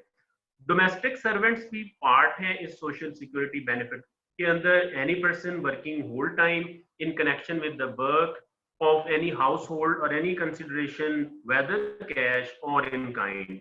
Employment injury जो पिछली definition में भी term utilize हुई है, a personal injury to the secured person caused by an accident or by such occupational disease may be specified in the regulations arising out of or in the course of employment. Establishment and organization, whether industrial, commercial, agriculture or otherwise. Industry क्या है? Any business, trade, undertaking, manufacture or sealing of them or calling of the employers, and includes any calling, service, employment, handicraft, industrial occupation or vacation of workmen. Wages क्या है? Remuneration for service paid or payable in cash or in kind to a secured person, not less than remuneration based on minimum wages of wages declared under the Minimum Wages Ordinance 1961, without taking into account the deductions of any under the contract of service, apprenticeship, express or employed, and shall be to include any dearness allowance or any other addition in respect of the cost of living and any payment by the employer to a secured person in respect of any period of authorized leave, illegal backout, legal strike, but does not include. ये चीजें wages में शामिल नहीं होंगी. Any payment of overtime, any sum paid to the person employed, defray special expenses entailed by nature of his employment, gratuities का part नहीं होगा, और sum payable as a bonus जो दिया जाता है वो भी wages का part नहीं होगा. Applicability of PASI को understand करने की जरूरत है. ये एक बड़ा common question है जो raise किया जाता है कि how it becomes applicable. Applicability is, it applies to only to such areas, classes of persons, industries or establishments from such date or dates and about the provisions of such benefits as government may by notification specify in this behalf. जो पैसी का ordinance है, act है, वो सिर्फ यही कहता है. उसके बाद गवर्नमेंट नोटिफाई करती है वेजेस को, मिनिमम वेजेस को अलग से नोटिफाई किया जाता है, और जो सीलिंग सोशल सिक्योरिटी है उसके लिए सेपरेटली नोटिफिकेशन इशू होते हैं. इस वक्त जो है वो एवरी एस्टैब्लिशमेंट और industry wherein 5 or more workmen employed on wages not exceeding 22,000, ये इंक्रीज हुआ था 18,000 से, per month is required to be registered with Social Security Department. Monthly basis पे पेमेंट है, जैसे जुलाई 20 की पेमेंट हमें अगस्त 2020 के एंड तक करनी है. लेट पेमेंट सरचार्ज मार्क होता है इसके ऊपर, 0.5% से रेंज करता है, और फिर ये आगे जाके 50% एक स्टैटिक अमाउंट हो जाता है. The non-payment of contribution is a prosecutable offence as well, and in addition to the outstanding arrears of contribution, along with increase can be recovered as arrears of land revenue. ये इसका recovery का mechanism है. एक हम हर साल पंजाब में और हर provincial level के ऊपर एक एक्टिविटी हम मेजर करते हैं जिसमें वो मिनिमम वेजेस डिफाइन करते हैं, और मोस्ट ऑफ द टाइम जो सोशल सिक्योरिटी की सीलिंग है वो भी रिवाइज होती है. सोशल सिक्योरिटी की सीलिंग यूजुअली हर साल रिवाइज नहीं होती, लेकिन minimum wages by law required है. What law is that? PASI law authorizes government to annually review the wages, contributions and benefits in line with living costs. Section 71 है जो state करता है कि review and modification of wages limit, contributions and benefits. In January each year, the governing body shall review the wages limit and rates the contribution and benefits provided under this ordinance in light of any change in the wage levels, and living costs shall submit a report thereto. Government को एक report दी जाती है और government उस basis के ऊपर minimum wages को भी रिवाइज करती है, और अगर वो कन्विंस्ड हो तो फिर सोशल सिक्योरिटी की सीलिंग्स को भी रिवाइज किया जाता है। ये लेटेस्ट जो सोशल सिक्योरिटी का रिवीजन का जो नोटिफिकेशन है वो ये है 2017 जून का नोटिफिकेशन है जो 18,000 से सीलिंग को 22,000 के ऊपर लेके जाता है। कंट्रीब्यूशन क्या है जी? Every employer shall, in respect of every employee, whether employed by him directly or through any other person, pay to the institution a contribution at the rate of 6%. 6% contribution आपने पे करना ही करना है, ठीक है? और provided that no contribution shall be payable on employees' wages as in excess of 22,000 per month. 22,000 की ceiling defined है, इससे ऊपर अगर कोई एम्प्लॉय की सैलरी चली जाती है तो उसकी सोशल सिक्योरिटी पे नहीं होनी। अगर वो प्रीवियसली सोशल सिक्योरिटी उसकी पे होती रही है तो ही और she will be considered a secured person. जो ये कंट्रीब्यूशन पे किया जाता है ये किसी भी सूरत में एम्प्लॉय की सैलरी में से डिडक्ट नहीं होगा, ये एम्प्लॉयर ने पे करना है और उसकी की रिस्पॉन्सिबिलिटी है। There are certain instances where Commissioner Passy can increase the rate of contribution if an employer fails to observe rules of safety or hygiene. However, such increase shall not exceed 20% of the contribution otherwise payable. अच्छा, एक social security के जो law है उसके अंदर एक self assessment का concept भी दिया गया है। वो सेल्फ असेसमेंट का कॉन्सेप्ट क्या है? An employer who opts for the scheme shall be liable to pay to the institution a contribution 6% of the wages limit determined per month per secured employee. ये जब एम्प्लॉयर 6% उसने उसी तरह से पे करना है जैसे वो ऊपर कंट्रीब्यूशन का पेमेंट कर रहा है, और फिर every employee secured under this ordinance is also required to pay ₹40 per month. इस केस में ये अज्यूम किया जाता है कि जो सोशल सिक्योरिटी का डिपार्टमेंट है उसके एम्प्लॉइज एक रेस्ट्रिक्टेड सा विजिट कर सकते हैं एम्प्लॉयर के ऊपर, अंडरटेकिंग के ऊपर, या वो उसके जो डिक्लेरेशन है उसको एक्सेप्ट कर सकेंगे। इस सोशल सिक्योरिटी की पेमेंट के अगेंस्ट जो बेनिफिट्स अवेलेबल हैं वो कौन कौन से बेनिफिट्स अवेलेबल हैं? इन बेनिफिट्स में सबसे पहले सिकनेस का बेनिफिट है।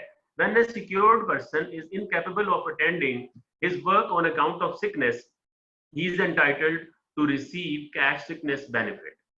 His respective contributions must have been paid for at least 90 days during 6 calendar months preceding the date on which capacity of work was certified. Incapacity of work was certified. Sickness benefit shall be allowed throughout the period of sickness due to TB या cancer की वजह से ज्यादा extend कर दिया जाता है। In other case, it will be limited to 120 days during the continuous period of 365 days.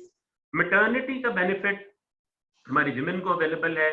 A secured woman shall receive maternity benefit if contributions in respect of her were paid or payable for not less than 180 days during the 12 calendar months immediately preceding the expected date of her confinement. Funeral grant available है। A person receiving or entitled to receive injury or sickness benefit or medical care at the time of his death, the surviving widows or needy widower, or if there is no surviving widows or needy widower, the person who provided the funeral. अगर widow available नहीं है तो अगर किसी third person ने funeral execute किया है उसका shall be subject to the regulation be entitled to such funeral grants as may be provided in the regulation. फिर medical care of the dependents available है। Where a secured person dies other than due to the employment injury, his dependent shall be entitled to medical care from the date of death of the secured person. Injury benefits available है।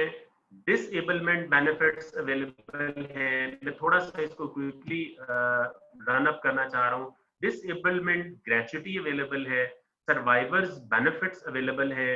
ये पैसी के law के अंदर जो benefits available हैं वो ये major benefits available है। तो spend some time on employees old age benefit institution.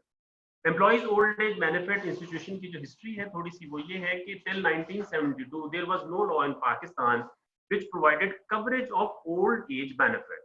कुछ लॉज प्रोमलगेट हुए थे लेकिन उसमें ओल्ड एज की बेनिफिट पार्ट नहीं था उनका। जैसे वर्कर्स कंपनसेशन फंड थे, फैक्ट्रीज एक्ट थे, पेमेंट ऑफ वेजेस एक्ट था, west Pakistan social security ordinance था, companies profit participation fund, industrial relation ordinance, workers welfare fund ordinance, workers children education. एक 1972 में एक employees old age pension ordinance आया था जिसको बाद में रिपील कर दिया गया था। It was a provincial law.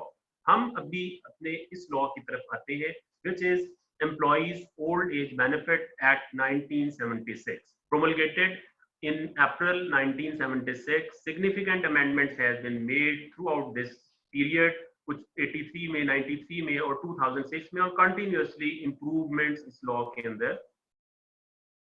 Applicability क्या है? It's applicable to every industry or establishment where 5 or more persons are employed directly or indirectly during the year or were so employed at any time during the preceding 12 months period. 1979 तक 10 employees थे, बीच में 20 किए गए, and now there are 5 or more persons किसी भी industry और establishment में employ किए जाते हैं तो they are bound to get themselves registered for employees old age benefit with the institution.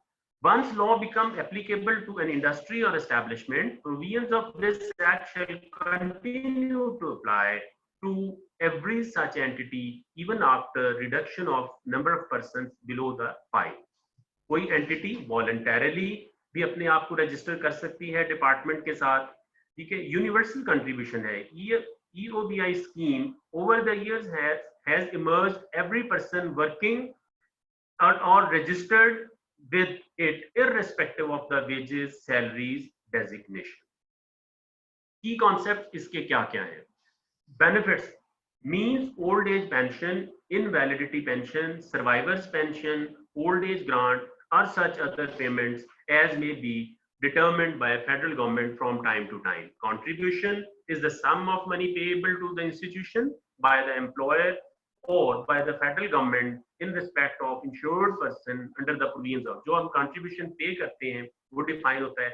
Employee की इस law की अपनी definition है which states any person employed whether directly or indirectly through any other person for wages or otherwise to do any skilled or unskilled supervisory, clerical, manual or other work in accordance with the affairs of an industry or establishment under the contract of service or apprenticeship, whether written, oral, express or implied, and include such persons when laid off even, provided that director of a company iska part nahi hai. Employer in relation to the industry or establishment means an employer and includes, in case of an individual, and here successor, administrator or assigned, a person who has ultimate control over the affairs of industry or establishment, or where the affairs of an industry or establishment are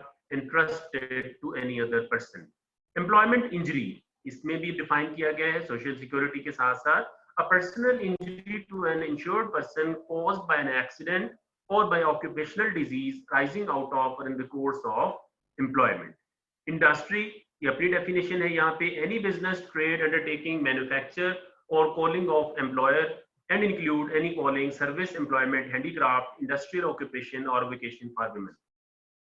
Establishment क्या है? Establishment to which the West Pakistan and Establishments Ordinance 1969 applies and includes clubs, hostels, organizations, messes not maintained for profit and gains, or establishments including hospitals for treatment of care of sick, infirm, destitute, and mentally unfit persons.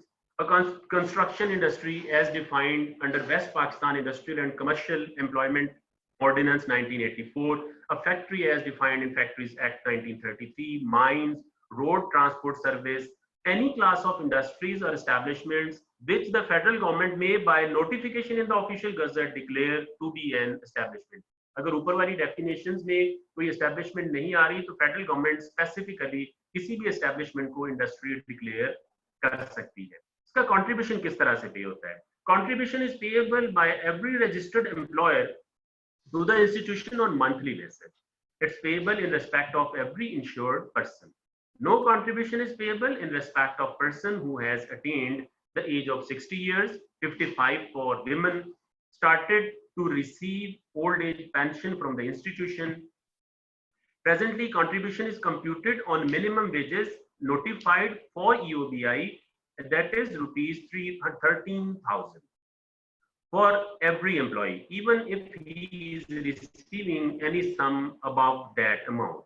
इसकी contribution जो है calculate किस तरह से होती है? Monthly contribution at the rate of 6% of minimum wages, 5% employer का contribution होता है और 1% जो employee contribute करता है. तो total इसकी cost भी 6% है. इसकी ceiling maximum जो है वो 13,000 है और इसके अंदर employee का 1% जो है वो included. रजिस्ट्रेशन का एक प्रोसेस है, फॉर्म PR1 है, वो हम लेके EOBI के पास जाते हैं. वो हमें एक और EOBI एक्ट का लॉ है, उसके साथ ये 2-3 फॉर्म फिल करके हम रजिस्ट्रेशन करवाते हैं. On receipt of requisite particulars in forms, institution shall register the name of industry, the institution shall issue a certificate of registration, and the industry or the establishment shall start making payment of EOBI. Benefits. 4 kinds of benefits are available to insured employees. One is to a monthly old age pension at the following rates: average monthly wages divided by 50 multiplied by number of years of employment. Average monthly wages लेते हैं जी, उसको divide करते हैं ये 50 को, ये 60 की जो उनकी रिटायरमेंट एज है उससे थोड़ा सा डिक्लाइन करके रिड्यूस करके उन्होंने एक जो डिवाइडर बनाया हुआ है टू वर्क आउट एक figure and then number of years of employment के साथ उसको मल्टीप्लाई करके तो एक जो है वो उसकी ओल्ड एज पेंशन बनाई जाती है. कंडीशंस क्या है? He is over 60 years of age, 55 for women. He is over 55 years of age, 50 years of women if he is employed in the occupation of mining. Mining की थोड़ी सी different है. If an insured person has regularly contributed his portion of contribution to the institution, his rights shall not be affected by default in making payment of employer's share of contribution. एक दफा register होने के बाद employee अगर अपना share regularly पे करता रहे तो अगर एम्प्लॉयर ने कहीं पे पेमेंट नहीं भी की हुई तो उसको उसका बेनिफिट मिल जाएगा. Reduced pension. If a person is retired before attaining the age of retirement but after attaining the age of 50 years, he will be entitled to a reduced old age pension, provided that he provides documentary evidence that employer has a definite establishment retirement age of less than 60. अगर 60 से नीचे अगर किसी employer की policy है वो retire करता है तो उसको 60 इयर्स से नीचे भी पेंशन स्टार्ट हो जाएगी. और फर्दर बेनिफिट्स में सर्वाइवर्स पेंशन है.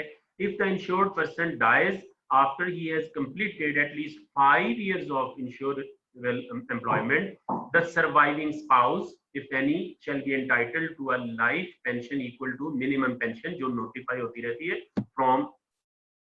If the insured person was entitled to old age pension before he died, the surviving spouse shall be entitled to receive full pension. If they were married before the insured person reached the minimum age prescribed for old age pension.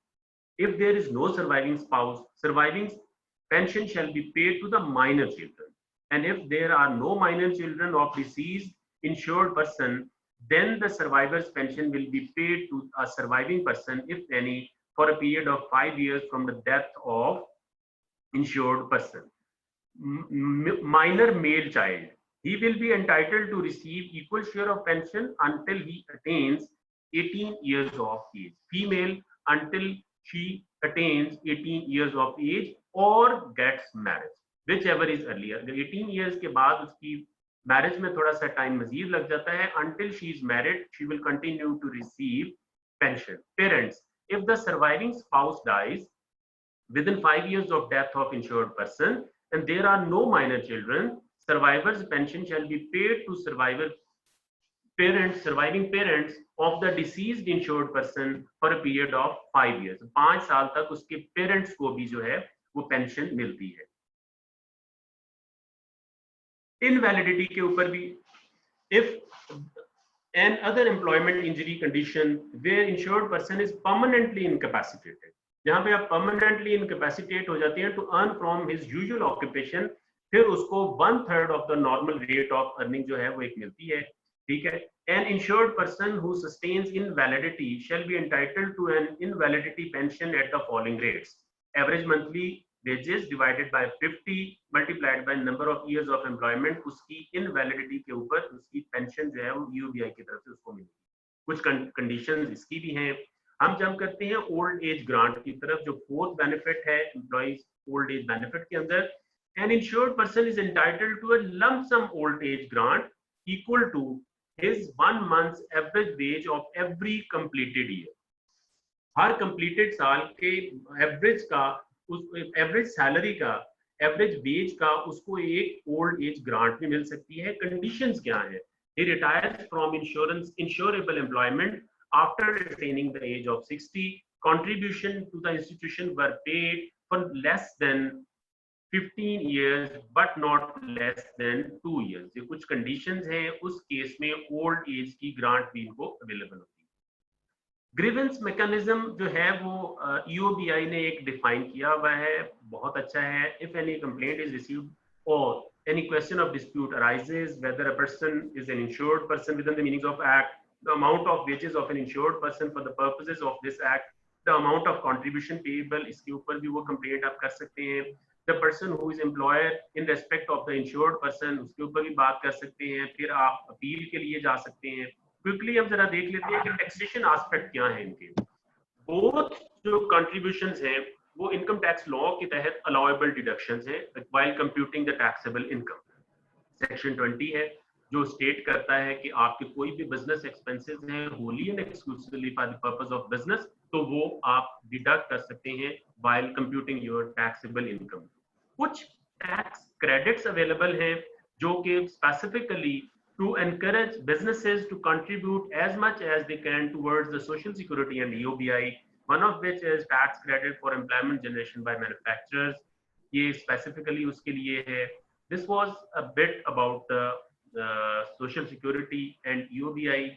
Thank you very much from my side. Over to you, Ali. Thank you very much, Amir Saab. Thank you very much for giving such an insightful presentation on both the laws. So it's a time for our fourth and the last presentation of the session, and that is by Muhammad Nasir Munir Saab. He is a partner, Crow Hussain Chaudhary and Company, and presentation is about ISA 250 consideration of laws and regulations in audit of financial statements. So over to Nasir Saab. Assalamu alaikum to everyone. Ali, am I audible? Exactly, you're audible, sir. Okay. First of all, Ji, thank you very much, ICAP, NRC, and organizing committee for inviting me. Ahmed Salman साहब ने, सफदर साहब ने और आमिर रशीद साहब ने बड़ी detailed presentations दी हैं, बड़ी insightful थी. और एक्चुअली आप ये देखें कि ऑडिट की तो मिथ ही यही है कि अगर हमने लॉज एंड रेगुलेशंस देखने हैं तो हमें उनकी कितनी बेहतर अंडरस्टैंडिंग है. तो वो ऑब्जेक्टिव तो अल्हम्दुलिल्लाह आई थिंक इन 3 प्रेजेंटेशन से बड़ा अच्छा अचीव हो गया है, क्योंकि ऑडिट नाम ही यही है, understanding of laws and regulations का. उसके मुताबिक फिर हम लोग प्रोसीजर्स को डेवलप करते हैं. तो after these very detailed insightful presentations I think मेरा काम बड़ा आसान हो गया है. तो मैं आप लोगों को क्विकली ISA 250 की कुछ जो की रिक्वायरमेंट्स हैं उनकी तरफ लेके जाऊंगा. Let me share my screen.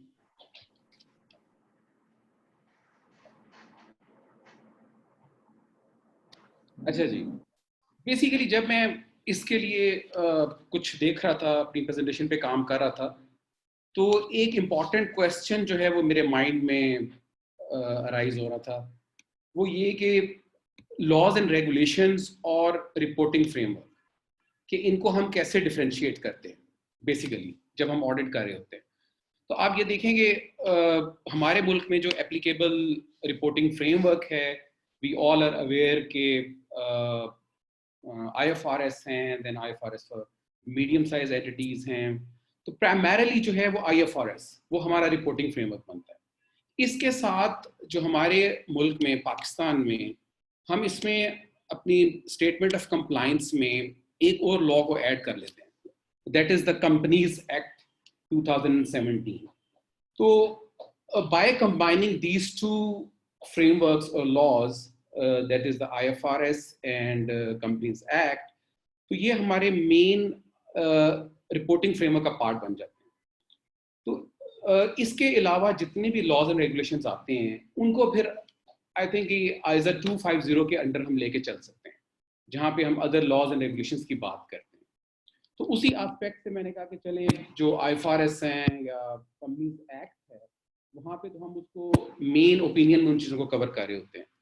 तो इसके अलावा जो अदर लॉज एंड रेगुलेशंस हैं वो हमारे ऑडिट को कैसे इम्पैक्ट करते हैं, तो उस पर मैं अपनी प्रेजेंटेशन को कुछ क्विकली आप लोगों से शेयर करूंगा। Scheme of presentation, well, I think to start with, understanding about the responsibilities is very important. We also need to consider the audit objective and the basic audit procedures. Then there comes a very important subject कि अगर कोई identified or suspected non-compliance है तो फिर हमारे audit procedures क्या होने जा रहे हैं, और उसके बाद फिर हम जब procedures हम लगा चुके होते हैं तो फिर हमने उसको wrap up कैसे करना है, conclude कैसे करना है, communicate or report.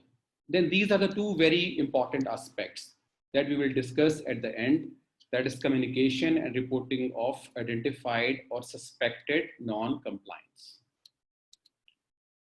अच्छा जी, responsibility. आप ये देखें कि whenever we talk about responsibility, about financial statements, about framework, that is a very simple phenomena that the primary responsibility lies with the management.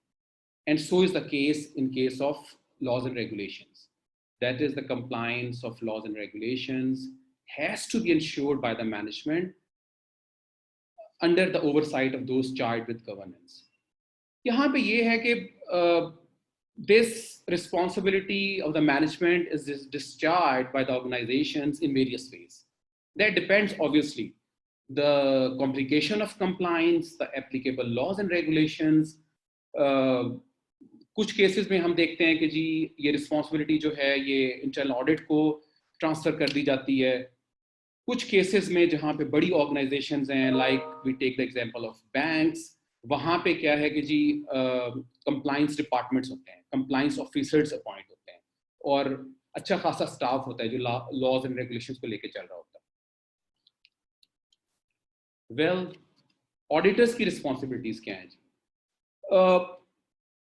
Auditor की जो रिस्पॉन्सिबिलिटी है अल्टीमेटली तो वो वही है, हमारी जो एक प्राइमरी रिस्पॉन्सिबिलिटी है about the financial statements, that we need to obtain a reasonable assurance that the financial statements are free from material misstatements.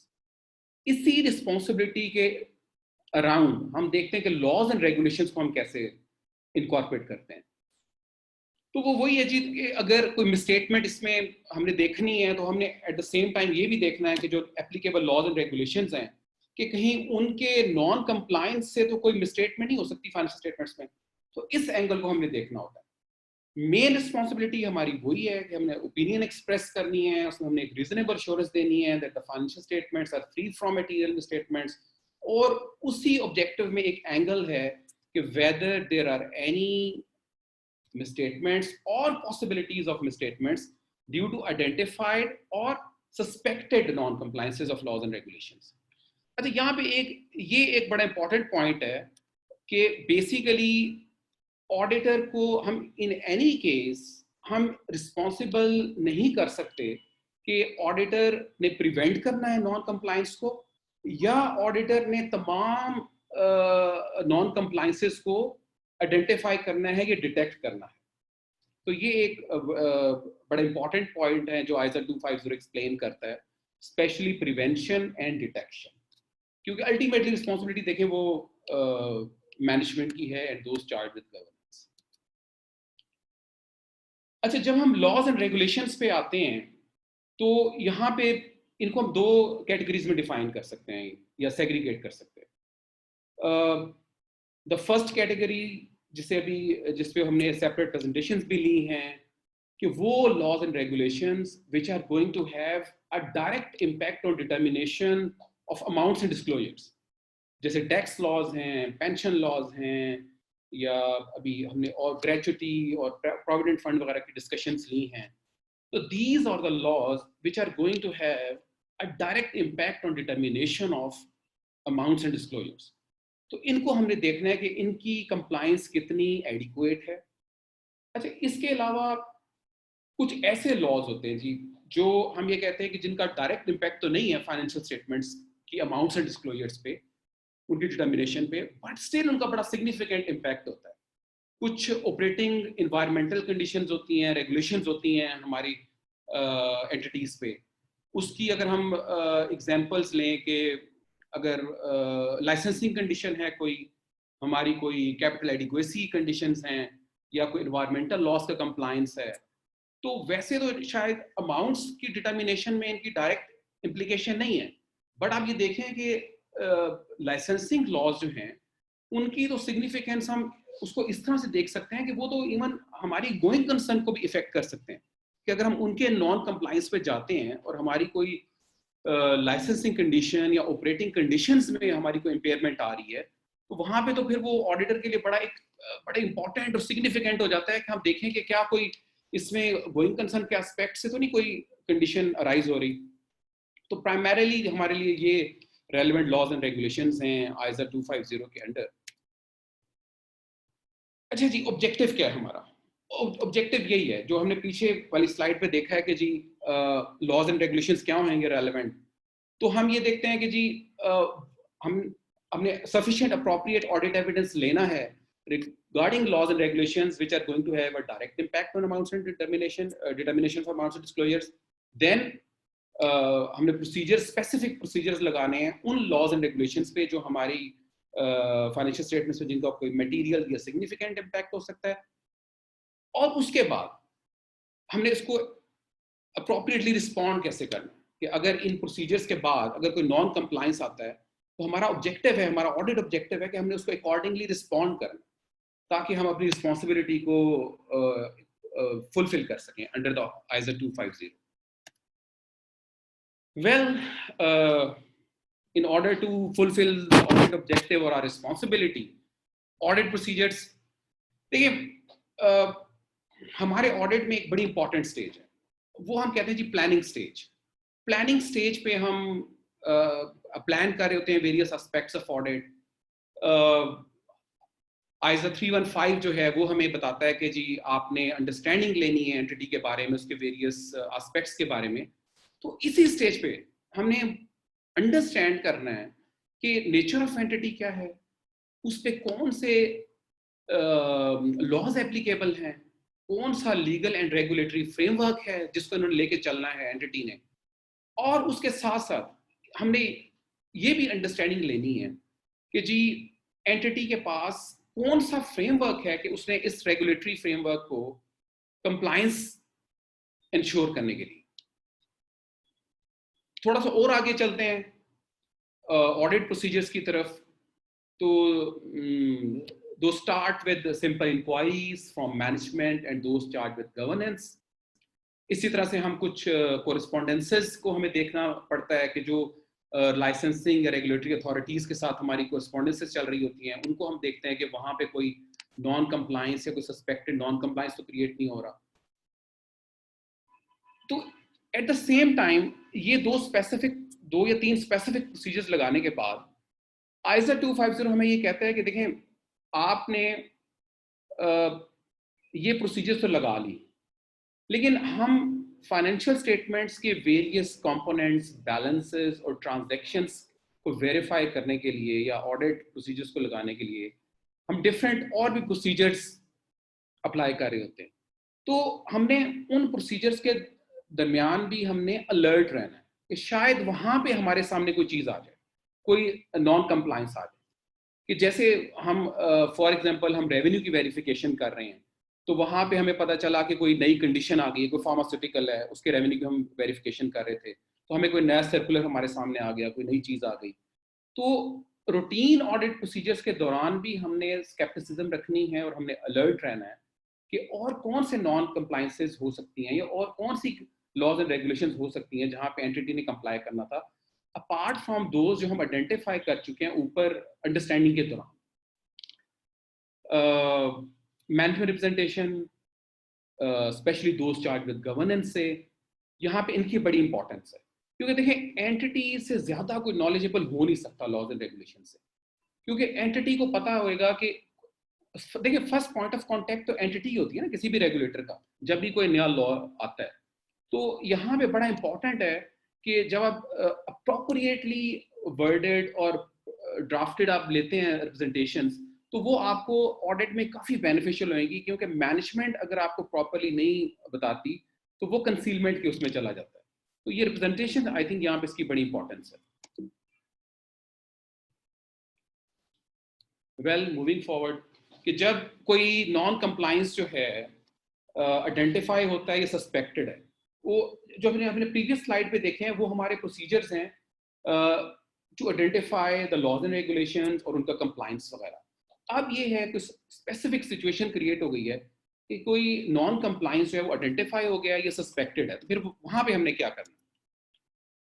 Obviously हमने अंडरस्टैंडिंग लेनी है कि what is the nature of the act of non compliance and the circumstances जहाँ पे वो अकर हुआ है, उसको अंडरस्टैंड करना बड़ा ज़रूरी है।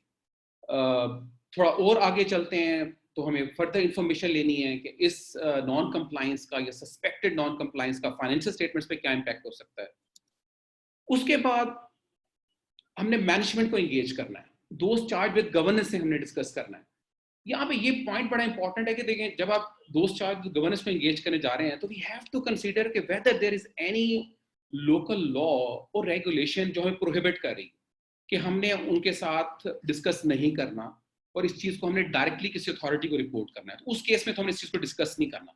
अदरवाइज आइजा 250 यही कहता है कि जी आप इस नॉन कंप्लायंस को या सस्पेक्टेड नॉन कंप्लायंस को उनके साथ डिस्कस करें। इस डिस्कशन के दौरान अगर मैनेजमेंट आपको सफिशिएंट अप्रोप्रिएट इंफॉर्मेशन नहीं दे सकती या नहीं दे रही या आपको लग रहा है और आपकी असेसमेंट ये है कि दैट दिस नॉन कंप्लायंस और suspected non compliance is going to be material on the financial statements, तो वहां पे फिर हमने लीगल एडवाइस लेनी। अब लीगल एडवाइस को थोड़ा हम इलेबोरेट करते हैं, वो ये है कि अगर आपको लगता है कि ये इतना इनअप्रोप्रिएट नहीं है तो आप एंटिटी के इन हाउस लीगल एडवाइजर से भी डिस्कस कर सकते हैं कि जी ये सिचुएशन है, हमें मैनेजमेंट की तरफ से कोऑपरेशन नहीं मिल रही, तो इसमें क्या पॉसिबिलिटी हो सकती है। लेकिन अगर आपको लगता है कि ये डिस्कस करना अप्रोप्रिएट नहीं है तो फिर obviously we need to rely on the external legal counsel. हमें अपने अगर हमारी ऑडिट फर्म के साथ कोई अटैच्ड है तो हम उससे डिस्कस करेंगे।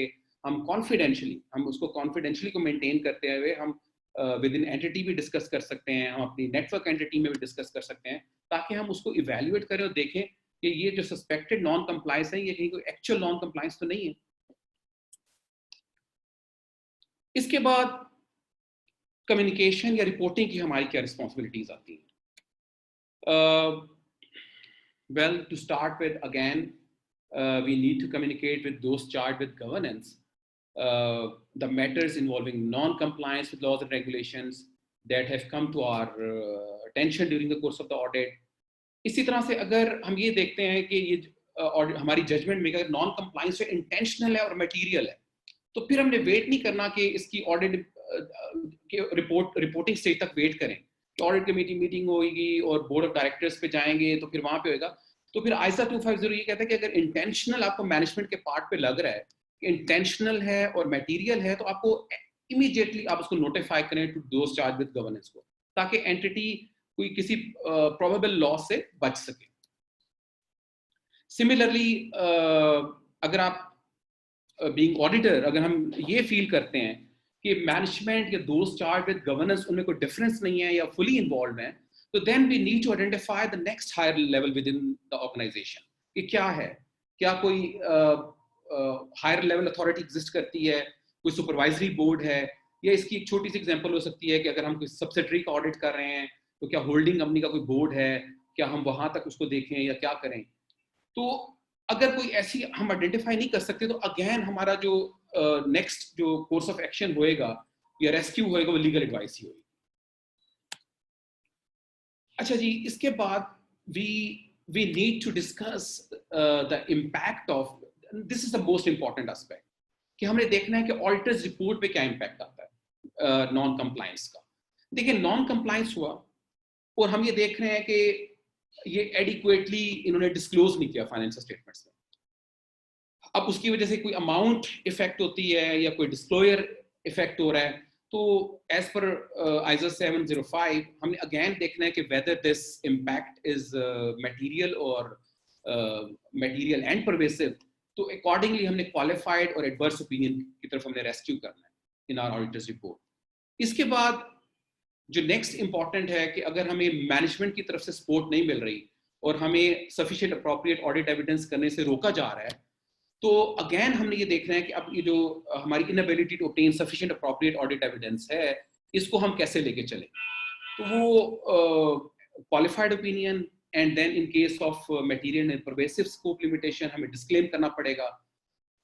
एक थर्ड किस्म की कंडीशन भी क्रिएट हो सकती है, वो ये कि अगर नॉन कंप्लायंस या सस्पेक्टेड नॉन कंप्लायंस है बट आप उसको वेरीफाई नहीं कर सक रहे, स्पेशली सस्पेक्टेड नॉन कंप्लायंस को, और वो सर्कमस्टांसेस जो हैं वो those are beyond the control of the management, उनकी तरफ से लिमिटेशन इम्पोज नहीं है, तो वहां पे फिर आप जैसे हम ये कहते हैं कि मे बी कोई लॉजिकली कोई ऐसा इवेंट हुआ कि जिसकी वजह से वो sufficient appropriate audit evidence available नहीं है, कोई नेचुरल डिजास्टर हो गया, कोई ऐसी चीज हो गई, तो उसके बाद फिर हमने देखना है कि अगेन उसका इम्पैक्ट ऑडिट रिपोर्ट पे क्या आता है। तो वही है कि inability to obtain sufficient appropriate audit evidence, हम उसी तरह से उसको एड्रेस करेंगे जैसे हमने प्रीसीडिंग पॉइंट में इसको देखा था। एंड देन ये जो एस्पेक्ट है रेगुलेटरी एंड एनफोर्समेंट अथॉरिटीज, देखें यहाँ पे अब हमने देखना है कि हमने दोस्त चार्ट विद गवर्नेंस को डिस्कस किया, हमने रिपोर्ट को देख लिया, तो रेगुलेटरी एंड एनफोर्समेंट अथॉरिटीज की तरफ हमारी क्या रिस्पॉन्सिबिलिटीज आती हैं। तो ये प्योरली ये लोकल जुरिस्डिक्शन हमें गाइड करती है। ISO 250 तो कहता है कि जी अगर कोई आपको लोकल लॉ एनफोर्समेंट एजेंसी या कोई ऐसी कोई अथॉरिटी आपको कह रही है कि आपने दोस्त चार्ट विद गवर्नेंस को नहीं आपने करना या उनको भी करना है और साइमल्टेनियसली हमें भी करना है, तो हमें उस रिस्पॉन्सिबिलिटी को हमने डिस्चार्ज करना है थ्रू दिस कम्युनिकेशन। अब यहाँ पे ISO 250 ने भी एग्जांपल दी है कि जहाँ, और हमारे मुल्क में भी एक नए AML लॉज अब काफ़ी सिग्निफिकेंट हो रहे हैं, उनकी एप्लीकेशन हो गई है, ICAP ने भी AML फ्रेमवर्क दिया है। तो वो एक एग्जांपल है कि जहाँ पे हम इवन दोस्त चार्ट विद गवर्नेंस को या मैनेजमेंट से भी फिर डिस्कस नहीं करते और हम उसको बड़ा कॉन्फिडेंशियली हमने जाके उसको जो AML रेगुलेटर है हमने उसको इन्फॉर्म करना। तो ये कुछ की एस्पेक्ट्स थे जो ऑडिटिंग के पॉइंट ऑफ व्यू से ISO 250 जो हमें कह रहा था कि अदर लॉज एंड रेगुलेशंस को हमने कैसे लेके चलना है। तो with this I would like to end my presentation. Thank you very much Ali, over to you again. Thank you very much, Nasir bhai. Thank you very much for the wonderful presentation as always. आप हमारे साथ माशाल्लाह अक्सर हम आपको तकलीफ देते रहते हैं। So it's time for question answer session और before we start that एक मैं यहाँ पे disclaimer जो है वो देना चाहूँगा कि जाहिर है ये we are talking about law और law में answers जो उससे ज़्यादा opinion होता है। I mean एक चीज़ पे 2 opinion भी हो सकते हैं, 3 opinion भी हो सकते हैं। We have received multiple questions, तो हम उसको स्टार्ट करते हैं। पहला क्वेश्चन अहमद सलमान साहब से। अहमद सलमान साहब वो पूछ ही रहे हैं कि अगर एम्प्लॉय की टर्मिनेशन मिसकंडक्ट पे होती है तो फिर जो उसका प्रोविडेंट फंड का कोई जो बैलेंस है उसकी क्या सिचुएशन होगी, उसके कंट्रीब्यूशन की और एम्प्लॉय कंट्रीब्यूशन और इंटरेस्ट ऑन प्रोविडेंट फंड। जी ये है, इसके आपकी आवाज काफी कम आ रही है। अब आ रही है आपको?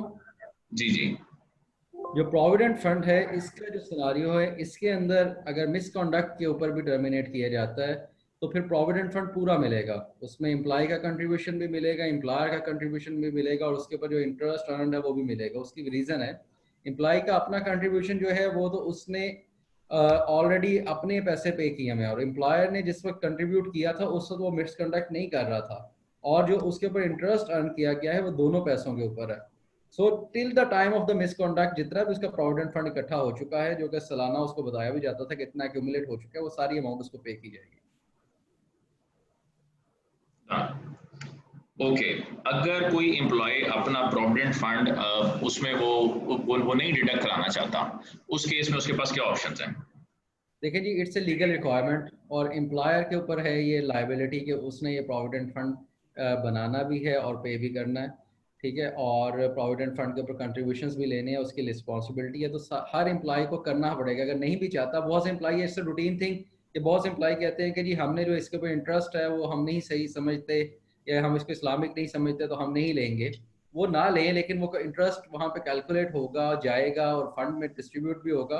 वो जो पैसे वहाँ पर चले जाएंगे वो पैसे तमाम एम्प्लॉयज़ के अंदर डिस्ट्रीब्यूट होंगे। तो ये एम्प्लॉय के पास ऑप्शन नहीं है कि वो ये कहे कि जी मैं कंट्रीब्यूट नहीं करना चाहता, वो करना पड़ेगा उसको। लेकिन अगर वो इंटरेस्ट उस पर नहीं लेना चाह रहा तो फिर उस केस के अंदर उसका इंटरेस्ट बाकी लोगों में डिस्ट्रीब्यूट हो जाएगा। बिल्कुल ऐसे ही है, वो बाकी लोगों में अच्छा अगर एक एम्प्लॉय को दो जगह से किसी को ग्रेचुटी मिल रही है तो उस केस में जो टैक्सेबिलिटी है वो उसमें क्या होगा, हायर ऑफ द अमाउंट या वो एम्प्लॉय की अपनी ऑप्शन है? एम्प्लॉय की अपनी ऑप्शन है, वो सर्टेनली हायर अमाउंट को एग्जाम्प्ट करवाएगा और जो लोअर अमाउंट है उसको ऊपर टैक्स कर लेगा। ये इसकी अपनी ऑप्शन है कि वो कौन सी अमाउंट करवाना चाह रहा है, तो सर्टेनली हर एक हायर ऑफ द अमाउंट को टैक्स करवाएगा।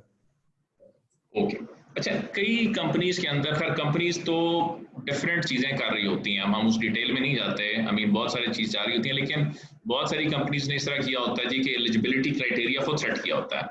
आई मीन कि आप एलिजिबल होंगे ग्रेचुटी के लिए आफ्टर 3 years, आफ्टर 5 years, तो उस केस के अंदर क्या उसका सिनेरियो क्या वो कर सकते हैं या ये वो नहीं कर सकते? ये अल्ट्रा वायर्स है जी, कंपनीज के लिए जो एलिजिबिलिटी क्राइटेरिया दिया गया है इसके अंदर लॉ के अंदर वो ये है कि 12 मंथ्स किसी कैलेंडर ईयर के हो सकते हैं, मतलब फाइनेंशियल ईयर के 12 महीने होना ज़रूरी नहीं है, पिछले 6 महीने पिछले फाइनेंशियल ईयर के भी हो सकते हैं, 6 अगले के भी 12 महीने किसी भी एम्प्लॉय को हो जाएंगे, तो उसके ऊपर ग्रेचुटी या प्रोविडेंट फंड इन्होंने कैलकुलेट करना है। उससे कम टाइम कंपनी अपनी विल के ऊपर रख सकती है, लेकिन उससे ज़्यादा टाइम नहीं रख सकेगी। तो अगर वो 3 और 5 साल की एलिजिबिलिटी क्राइटेरिया लगाते हैं वो गलत है। ओके मतलब ये इसी तरह से डेफिनेट एक और भी क्वेश्चंस आए हैं कि वो कंपनीज अगर कोई हायर करती है और फिर टर्मिनेट कर देती है और फिर रीहायर करती है, इस तरह के क्वेश्चन भी हैं, लेकिन आई मीन आई थिंक ये सारी जो चीजें हैं ये वो टूट गई हैं, इसके लॉ से कोई खास ताल्लुक नहीं है। एक और बड़ा पर्टिनेंट क्वेश्चन उन्होंने कहा जी कि अगर कोई ड्यूरिंग आई मीन एक कंपनी है उसके पास एम्प्लॉइज थे मोर देन 20 या more than 50 whatever the case, और फिर उसके बाद वो कम हो गए, उस केस में उसकी लायबिलिटी कैसे स्टैंड करती है, और जो एम्प्लॉइज रह जाएंगे फिर वो उसमें उनका क्या स्टेटस है? एक दफ़ा जब आप एलिजिबल हो गए इस लॉ के तहत कि जी आपने ग्रेचुटी या प्रोविडेंट फंड में आना है, एक दफ़ा एलिजिबल हो गए तो फिर वो कंटिन्यू होगा, वो चलता रहेगा। ओके ओके जी next question to Safdar, Mohammad Safdar sahab. Safdar साहब, वर्कर्स वेलफेयर फंड वो कहते हैं कि अगर आपकी इनकम एग्जेम्प्ट है किसी की तो क्या उसके ऊपर WWF एप्लीकेबल होगा? देखिए ये क्वेश्चन तो आजकल काफी पूछा जा रहा है, लेकिन अगर हम ये देखें, अगर हम इस्टेब्लिशमेंट की डेफिनेशन पढ़ते हैं तो उसमें लिखा है कि तमाम शॉप्स, इस्टेब्लिशमेंट, कंपनी और हर एक पे एप्लीकेबल है जो भी पंजाब में काम कर। अगर हम इनकम की डेफिनेशन में जाते हैं तो इनकम की डेफिनेशन में वो ये कहते हैं कि जी जो कैलकुलेशन की बेस होगी वो होगी प्रॉफिट बिफोर टैक्स, आपका प्रोविजन फॉर टैक्स और टैक्सेबल इनकम। अगर आप एग्जाम्प्ट इनकम की इनकम स्टेटमेंट देखते हैं किसी ऐसे बिजनेस की जिसमें कि टैक्स नहीं है, तो ना तो कहीं वो प्रॉफिट बिफोर टैक्स लिख रहा होता है, ना कोई प्रोविजन आ रही होती है, ना कोई टैक्सेबल इनकम। इसी तरह अगर फाइनल टैक्स रिजीम में चले जाएं, अगर फाइनल टैक्स रिजीम में कहीं एग्जामिशन वाली इनकम फॉल करती है तो वहाँ भी जो क्राइटेरिया लिखा है वो कहीं फॉल नहीं करता। तो डेफिनेशन एस्टेब्लिशमेंट की देखें तो ऐसा लगेगा कि सब पे एप्लीकेबल है, चाहे वो एग्जाम्प्ट है वो चाहे नहीं है। यहाँ पे आए तो ऐसा लगेगा कि ये सिर्फ उसके ऊपर एप्लीकेबल है जो टैक्सेबल इनकम।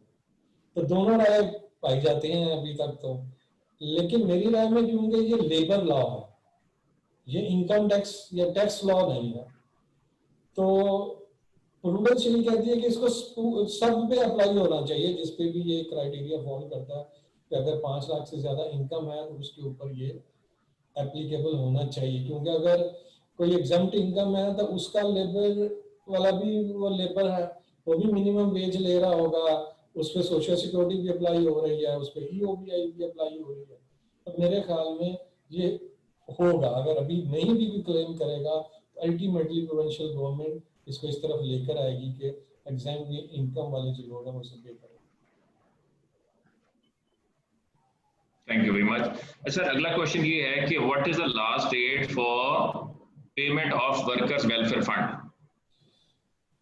वैसे तो ये लिखा है कि within 30 days of close of financial year, लेकिन क्योंकि जो कैलकुलेशन का क्राइटेरिया है वो टैक्स रिटर्न के साथ लिंक करता है, तो टैक्स रिटर्न के हमारे पास 2 डेट्स हैं। एक ये है कि अगर इंडिविजुअल या AOP है या फाइनल टैक्स की रिटर्न है तो 30 सितंबर है, अगर आप कंपनीज या नॉर्मल टैक्स में फॉल करते हैं तो 30 दिसंबर है मोस्ट ऑफ द केसेस। तो अगर तो आपकी इनकम या आपकी बिजनेस कैटेगरी सितंबर वाली डेट में फॉल करती है तो जब आप रिटर्न फाइल करेंगे, जैसे हम पुराने फेडरल के केस में करते थे कि रिटर्न जमा कराई तो पहले तो उसमें से एडजस्ट हो जाता था, तो जैसे ही आप रिटर्न की कैलकुलेशन करते थे तो WWR भी उसमें से भी हो जाता। बाद में FBR ने उसको डिसअलाउ तो करना शुरू किया, लेकिन जब हम रिटर्न जमा कराते थे तो उसके साथ उनकी रिक्वायरमेंट WWF की भी थी। तो अभी भी मेरे ख्याल में जो डेट अप्लाई होगी वो यही है कि जब आप रिटर्न सबमिट कराएं तो उसके साथ अपना WWF भी पे करें, चाहे वो सितंबर में हो जाए चाहे वो दिसंबर में। ओके अच्छा, इसमें नेक्स्ट क्वेश्चन ये है कि whether separate fund for WPPF is required? जी, लॉ में तो सेपरेट फंड का ही लिखा हुआ है कि आप सेपरेट फंड मेंटेन करेंगे, और उसका क्राइटेरिया ये है कि 4 बंदे नॉमिनेट होंगे, 2 एम्प्लॉइज नॉमिनेट करेंगे और 2 एम्प्लॉय नॉमिनेट करेगा, लेकिन उनमें से एक कम से कम जो है वो अकाउंट सेक्शन से होना चाहिए। तो इसलिए उसके लिए अलग जो है वो बनेगा जो फंड है, क्योंकि 9 महीने का क्राइटेरिया है, फिर उसकी कैलकुलेशन डिफरेंट है मेरे ख्याल, और डेफिनेटली आपको बनाना पड़ेगा, जो लॉ की रिक्वायरमेंट है वो सेपरेट फंड की है। ओके अच्छा, इसमें अगला क्वेश्चन ये है कि फिजिकल बेनिफिट एम्प्लॉय कैसे ले सकता है वर्कर्स वेलफेयर फंड के हवाले से? लेबर डिपार्टमेंट से आप अपने जो बेनिफिट्स है वो ले सकते हैं। लेबर डिपार्टमेंट में अगर आप रजिस्टर्ड है, क्योंकि कुछ लेबर डिपार्टमेंट के अपने हॉस्पिटल भी हैं, कुछ लेबर वेलफेयर वालों के अपने स्कूल्स भी हैं, तो अगर आप EOBI में सोशल सिक्योरिटी में रजिस्टर्ड हैं तो आपके लिए वो जाके अपने वो कार्ड दिखाएं तो आपको बेनिफिट वो मिलता है। Okay thank you. Next question Aamir Rashid साहब से है। आमिर साहब, अगर एक एम्प्लॉई हैं और वो रिटायर हो जाते हैं और उसके बाद फिर वो क्लेम नहीं कर पाते EOBI, और वो फिर काफी अरसे बाद जाते हैं उनके पास, तो वो EOBI के एरियर्स वो क्लेम कर सकते हैं? एरियर्स ऑफ EOBI, उसकी पेंडिंग पेमेंट। जी, to my personal opinion, he is entitled to claim those arrears. Definitely claim कर सकते हैं। ओके अच्छा नासिर भाई, एक क्वेश्चन आपके लिए, वैसे बड़ा वो ट्रिकी सा क्वेश्चन है। तो वो ये कह रहे हैं कि अगर for example it's compliance with other laws, और अदर लॉज जाहिर है काफी इसका इट्स वास्ट, और इसके अंदर ओपिनियंस भी फर्क हो सकते हैं। अमीन मैनेजमेंट एक व्यू पे खड़ी है और ऑडिटर एक व्यू पे खड़ा है, तो अमीन वो उसको उस व्यू को वो डिफेंड करती है जो ऑडिटर के व्यू में ठीक नहीं है, तो उस केस में ऑडिटर को क्या व्हाट कोर्स ऑफ एक्शन क्या करना चाहिए उस केस के अंदर? अली देखें, डेफिनेटली लॉज एंड रेगुलेशंस में ये बात बड़ी पर्टिनेंट है कि देखें, लॉज एंड रेगुलेशंस समटाइम्स ऐसे लॉज एंड रेगुलेशंस होते हैं जहाँ पे ऑडिटर भी एक्सपर्ट नहीं होता, और डेफिनेटली मैनेजमेंट की भी एक्सपर्टीज लिमिटेड होती हैं, तो दोनों अपना अपना पॉइंट ऑफ व्यू लेके चल रहे होते हैं। तो यहाँ पे ऑडिटर को देखिए, बड़ा इम्पॉर्टेंट है देखना कि ये जो नॉन कंप्लायंस है, whether this is actual non compliance और सस्पेक्टेड नॉन कंप्लायंस। क्योंकि लॉज एंड रेगुलेशंस में एक चीज़ जो हमें अंडरस्टैंड करने की ज़रूरत है कि आप ये देखें कि audit, neither auditor nor entity is in a position to adjudicate. जो एडजुडिकेट करना है वो कोर्ट ऑफ लॉज ने करना है या उस रेगुलेटर ने करना है जिसकी तरफ से लॉ आया।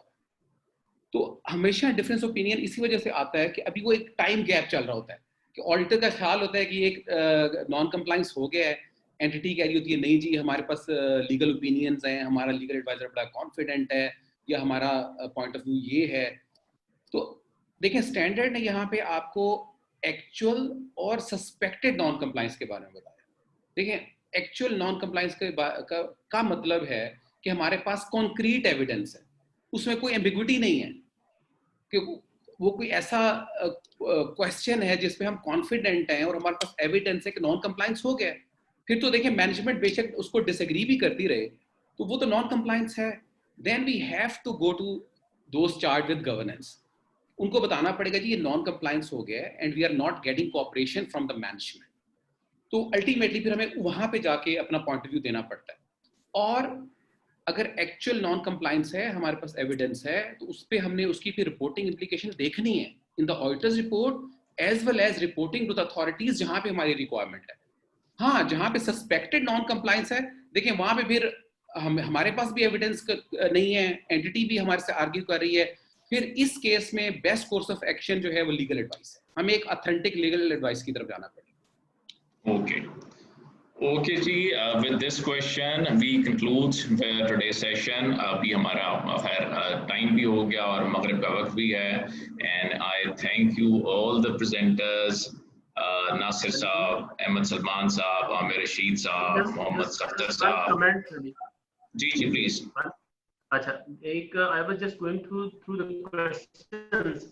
तो एक क्वेश्चन था कि जी सोशल सिक्योरिटी जो है वो एक प्रोविंशियल सब्जेक्ट है, तो व्हाई ओनली आपने पैसी को कवर किया है? तो उसमें मेरा कमेंट सिर्फ इतना है कि we would have loved to cover each and every province social security, but Ali Saif ने तो पहले ही हमें 20 मिनट्स के अंदर क्लब कर दिया था, तो वहां पे तो इन दो लॉज को कवर करना बड़ा टास्क, ठीक है।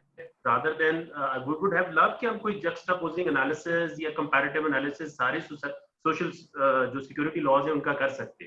It was due to time constraint, पर एक को choose करना था जिसमें से हम through हो सकते। It was because of that। Ji, so thank you very much, thank you Ahmad Salman साहब, आमिर रशीद साहब, मोहम्मद सफ्तर साहब, नासिर मुनीर साहब, चेयरमैन नासिर रफकत हुसैन साहब, और बहुत शुक्रिया जो मैनेजमेंट है, जो हमारा आईटी डिपार्टमेंट है। So thank you very much. और सेशन ख़त्म करने से पहले वो एक मियां मोहम्मद बख्श का शेर आज मैं आते हुए सुन रहा था, तो मैंने सोचा था इस शेर पे मैं इसे कंक्लूड करूंगा। वो ये है कि ले ओ यार हवाले रब दे, मेले 4 दिन आंदे, उस दिन ईद मुबारक होसी जिस दिन फिर मिलांगे। ओके जी, अल्लाह हाफ़िज़। अल्लाह हाफ़िज़। ओके, अल्लाह हाफ़िज़।